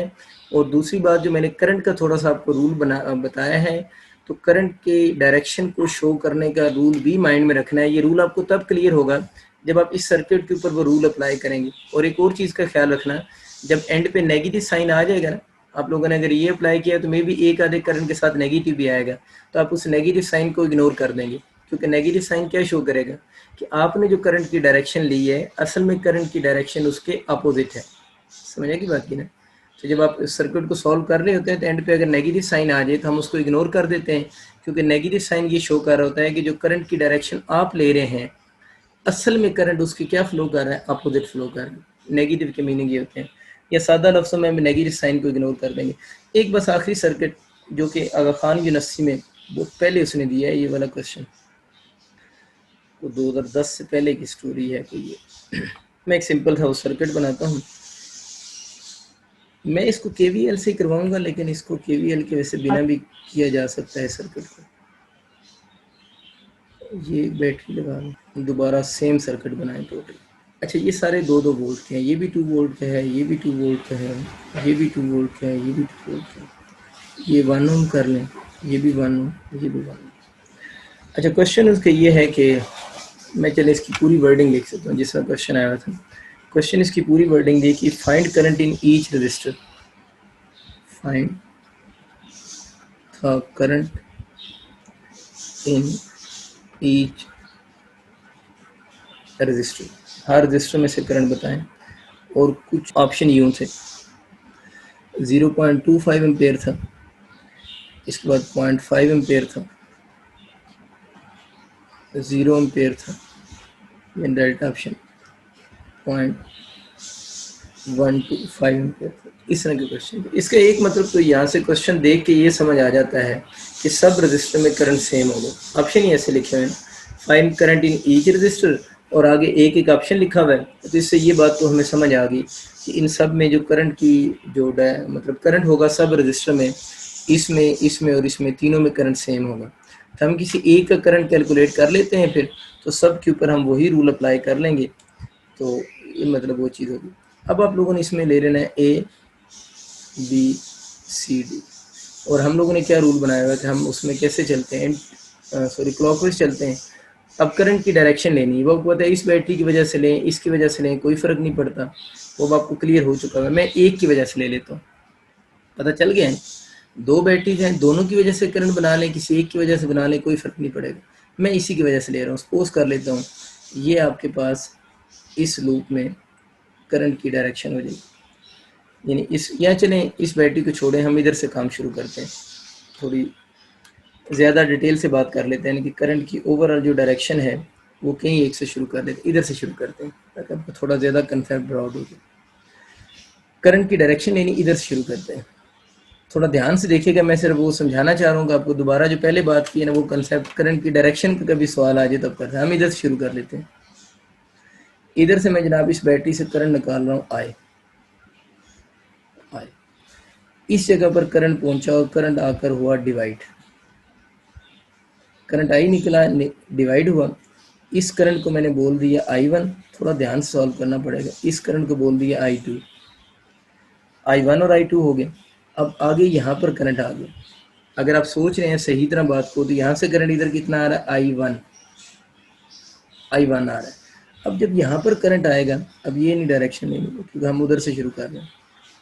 हमेशा माइंड में रखेगा जो इस तरफ बैटरी होगी ना उधर से स्टार्ट लेना, मतलब एक ही बात माइंड में रखना, फिर वो याद रहती है ना, क्योंकि हम तो टीचर हैं, हम तो बार बार ले रहे होते हैं, तो आप तो कोई एक ही बात याद रखो, बस इस तरफ बैटरी होगी, लेकिन अकेली से लेना है तो इधर वाली से लें, उसको घुमा दें, इधर से अकेली के लेके उसको घुमाते रहें। दोबारा सोचें, इधर से करंट आई आया, I1 गया, I2 गया, इधर से करंट कितना आ रहा है भला, I1 आ रहा है इधर तक, यहाँ तक तो I1 आया, लेकिन यहाँ पर आकर करंट ने फिर डिस्ट्रीब्यूट होना है। जब यहाँ पर आकर करंट ने डिस्ट्रीब्यूट होना है तो कुछ करंट इधर जाएगा, कुछ करंट नीचे आएगा। I1 को आगे अलग-अलग करो तो इसका एक पीस I3 बना, एक पीस I4 बना, 2 तो बन चुका है पहले, तो I1 को और सेपरेट किया, I3 और I4 बना। अब यहाँ से करंट क्या गुजर रहा है, I3 आ रहा है, आपको समझ आ रही मेरी बात, I3 करंट इधर से आ रहा है। अब जरा सोचो दोबारा, इधर से करंट I3 आया, I3 आ रहा है इधर से, ऊपर से करंट कितना आ रहा है, I4, तो I3 और I4 दोनों किसकी वजह से बने, I1 की वजह से ना, तो यहाँ से करंट कितना इकट्ठा होकर बन गया, दोबारा I1 बन गया, इधर से I3 आया, इधर से I4 ऊपर से आ रहा था, तो दोनों मिलकर I1 बन गई। अब I1 इधर से गुजरा है, इधर से कितना आ रहा है I2, इधर से कितना आ रहा है I1, तो यहाँ से I करंट था ना, तो I के दो पार्ट बने थे I1 प्लस I2। तो देखें दोबारा यहाँ से करंट कितना हो गया, I नहीं बन गया, I1, इधर से कितना आ रहा है I2, I1 प्लस I2 मिलकर I होते हैं, इधर से I हो गया। तो देखिए इस बैटरी में से कितना करंट इंटर हो रहा है, I ही इंटर हो रहा है। तो रिमूव भी आप लोगों ने आई किया था, निकाला भी आई था, और इंटर भी इसमें आई हो रहा है। खैर ये अजीब सी चीज़ें बन गई हैं, लेकिन उम्मीद है आपको थोड़ा बहुत करंट अगर डिफरेंट बैटरीज लगी हों तो कुछ कॉन्फिडेंस लेवल आपका बिल्डअप हो चुका होगा, और आपको इस चीज़ का आइडिया हो गया होगा कि किसी एक बैटरी से करंट की डायरेक्शन यूजली बना लेते हैं जब बहुत सारी बैटरीज लगी हैं। देखें 2, 4, 6 बैटरीज लगी हैं, अब इतने ज़्यादा करंट्स की प्रॉब्लम बनना शुरू हो जाती है ना। तो जब इतनी ज़्यादा बैटरीज लगी हों तो फिर हम हर बैटरी का अलहदा से करंट निकालने की बजाय किसी एक बैटरी से करंट को शुरू करके सब में रिवॉल्व करवा देते हैं। इसमें कोई कंफ्यूजन वाली बात नहीं है। जो मैंने सेम सर्किट ड्रॉ किए हैं, इन सेम सर्किट्स को आप लोगों ने दोबारा एक दफ़ा खुद रिवाइज करें, नीट करके इसको बना लें, और बनाने के बाद जो मैंने बातें बताई उनको अप्लाई करें और इन सर्किट के साथ मैच करवा दें। अगर आपके मैच कर जाते हैं तो इसका मतलब है कि अब आप इस तरह का कोई भी सर्किट आ जाए, आप उसको आराम से करंट की डायरेक्शन बता सकते हैं। ठीक है, बात रह की बात कि इस सवाल को कैसे हल करेंगे। इसमें ये तो मैं समझ आ गया कि तीनों रजिस्टर में इसमें इस और इसमें करंट की डायरेक्शन सेम है, सॉरी करंट की मैग्नीट्यूड सेम होगी सब में, क्योंकि आगे एक एक ऑप्शन लिखा है। हम एक लूप को हल कर लेते हैं, उस लूप में ये रजिस्टर आ रहा है, जितना इसमें से करंट निकलेगा सब में वही करंट होगा, बाकी हम सॉल्व भी नहीं करेंगे। अच्छा बच्चों शुरू करते हैं। हम लोगों ने याद किया था कि हम एंटी क्लॉक पे मूव करेंगे। ये करंट की डायरेक्शन आ चुकी है, इस लूप का करंट I3 है। हम जाएंगे A से B तक, A से B तक कुछ भी नहीं है, लेकिन करंट A से B तक I3 नीचे आ रहा है। कोई फ़र्क नहीं पड़ेगा क्योंकि यहाँ पर कोई कंपोनेंट सर्किट लगा हुआ ही नहीं है, ना रजिस्टर है ना कैपेसिटर है। अब आप जा रहे हैं B से C तक। B से C तक जाते हुए 2 वोल्ट की बैटरी से आप गुजरे। आप इस तरह गुजरे हैं कि आप इसके हाई से लो की तरफ चले गए। अगर आप इसके हाई से लो की तरफ चले गए तो फिर मैंने 2 के साथ वो V लिख दिया। तो अगर आप इसके हाई से लो की तरफ चले गए तो पोटेंशियल कितना होगा, -2 बनेगा, क्योंकि आप नेगेटिव की तरफ जा रहे हैं तो पोटेंशियल का साइन जो होगा वो बच्चों नेगेटिव आएगा। अब C पर आ गए, लूप अपनी पूरी करनी है। ये आपकी लूप है ABCDA। C पर आ गए, आप C से D तक जा रहे हैं। ज़रा गौर से देखो, C से D तक जाते हुए ये जो आपके पास करंट आ रहा है, इस तरफ करंट I3 भेजा था, इधर करंट I4 भेजा था। ध्यान से देखना, ये करंट इधर I4 आ रहा है, ठीक है। तो अगर इस तरफ करंट I4 आ रहा है, इस तरफ करंट I3 जा रहा है, तो अब नीचे आ रहे हैं। देखिए अब आप भी नीचे आ रहे हैं और I4 करंट भी नीचे आ रहा है। तो इस I4 की वजह से 1 ओम रजिस्टर में पोटेंशियल ड्रॉप का साइन नेगेटिव होगा, क्योंकि आपकी मूवमेंट और करंट की डायरेक्शन सेम है। तो क्या लिखेंगे, -I4, और आपकी तसल्ली के लिए साथ में 1 भी लिख दिया मैंने। 1 ओम रजिस्टर की रेजिस्टेंस, ये कितना हो गया D। अब आप D से A की तरफ जा रहे हैं। अगर आप D से A की तरफ जाएंगे तो आप इस बैटरी में से कैसे गुजरेंगे, लो से हाई की तरफ। अगर आप हाई पोटेंशियल की तरफ जा रहे हैं तो gain in potential sign positive होगा। Sum of potential changes in a close path equal to 0। ये +2 इस -2 से कैंसिल हो गया, तो -I4 इक्वल टू 0। इसका मतलब होगा कि I4 इक्वल 0 होगा। I4 कौन सा करंट है जो इस रजिस्टर में से पास कर रहा है, इसका मतलब है कि इसमें फ्लो ऑफ करंट किसके इक्वल होगा, 0 के इक्वल होगा। अब आपकी असाइनमेंट छोटी सी ये है कि आप लोगों ने इस लूप के ऊपर भी ये रूल अप्लाई करें। आप D से C पर जाएं, C से इस पॉइंट को जो नाम दे लें, फिर इधर जाएं, फिर इधर वापस आएँ। इसमें आपको कितने रजिस्टर मिलेंगे, 2 डिफरेंट रजिस्टर मिलेंगे। समझ आ गई बात की ना। तो फिर आप चेक करें कि क्या इसमें तो करंट आपके पास 0 आ रहा है, क्या ये वाले करंट दोबारा भी 0 आता है। I4 तो 0 हो चुका है ना।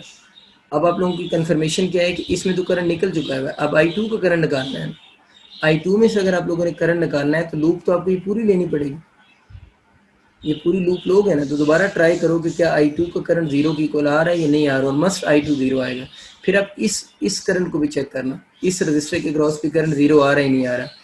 इस रजिस्टर में से कितना करंट गुजर रहा है, I2 को 0 प्रूव करना होगा। इसमें से कितना गुजर रहा है I, इस I को आप लोगों ने 0 प्रूव करना होगा। तो आप 3 डिफरेंट टाइम्स इस लूप को लें, और अगर 3 डिफरेंट टाइम्स आप इस लूप को सॉल्व करते हैं और अगर आपके आंसर सेम आ जाते हैं तो इसका मतलब है कि आपको मेथड समझ आ चुका होगा। आप सबका बहुत शुक्रिया।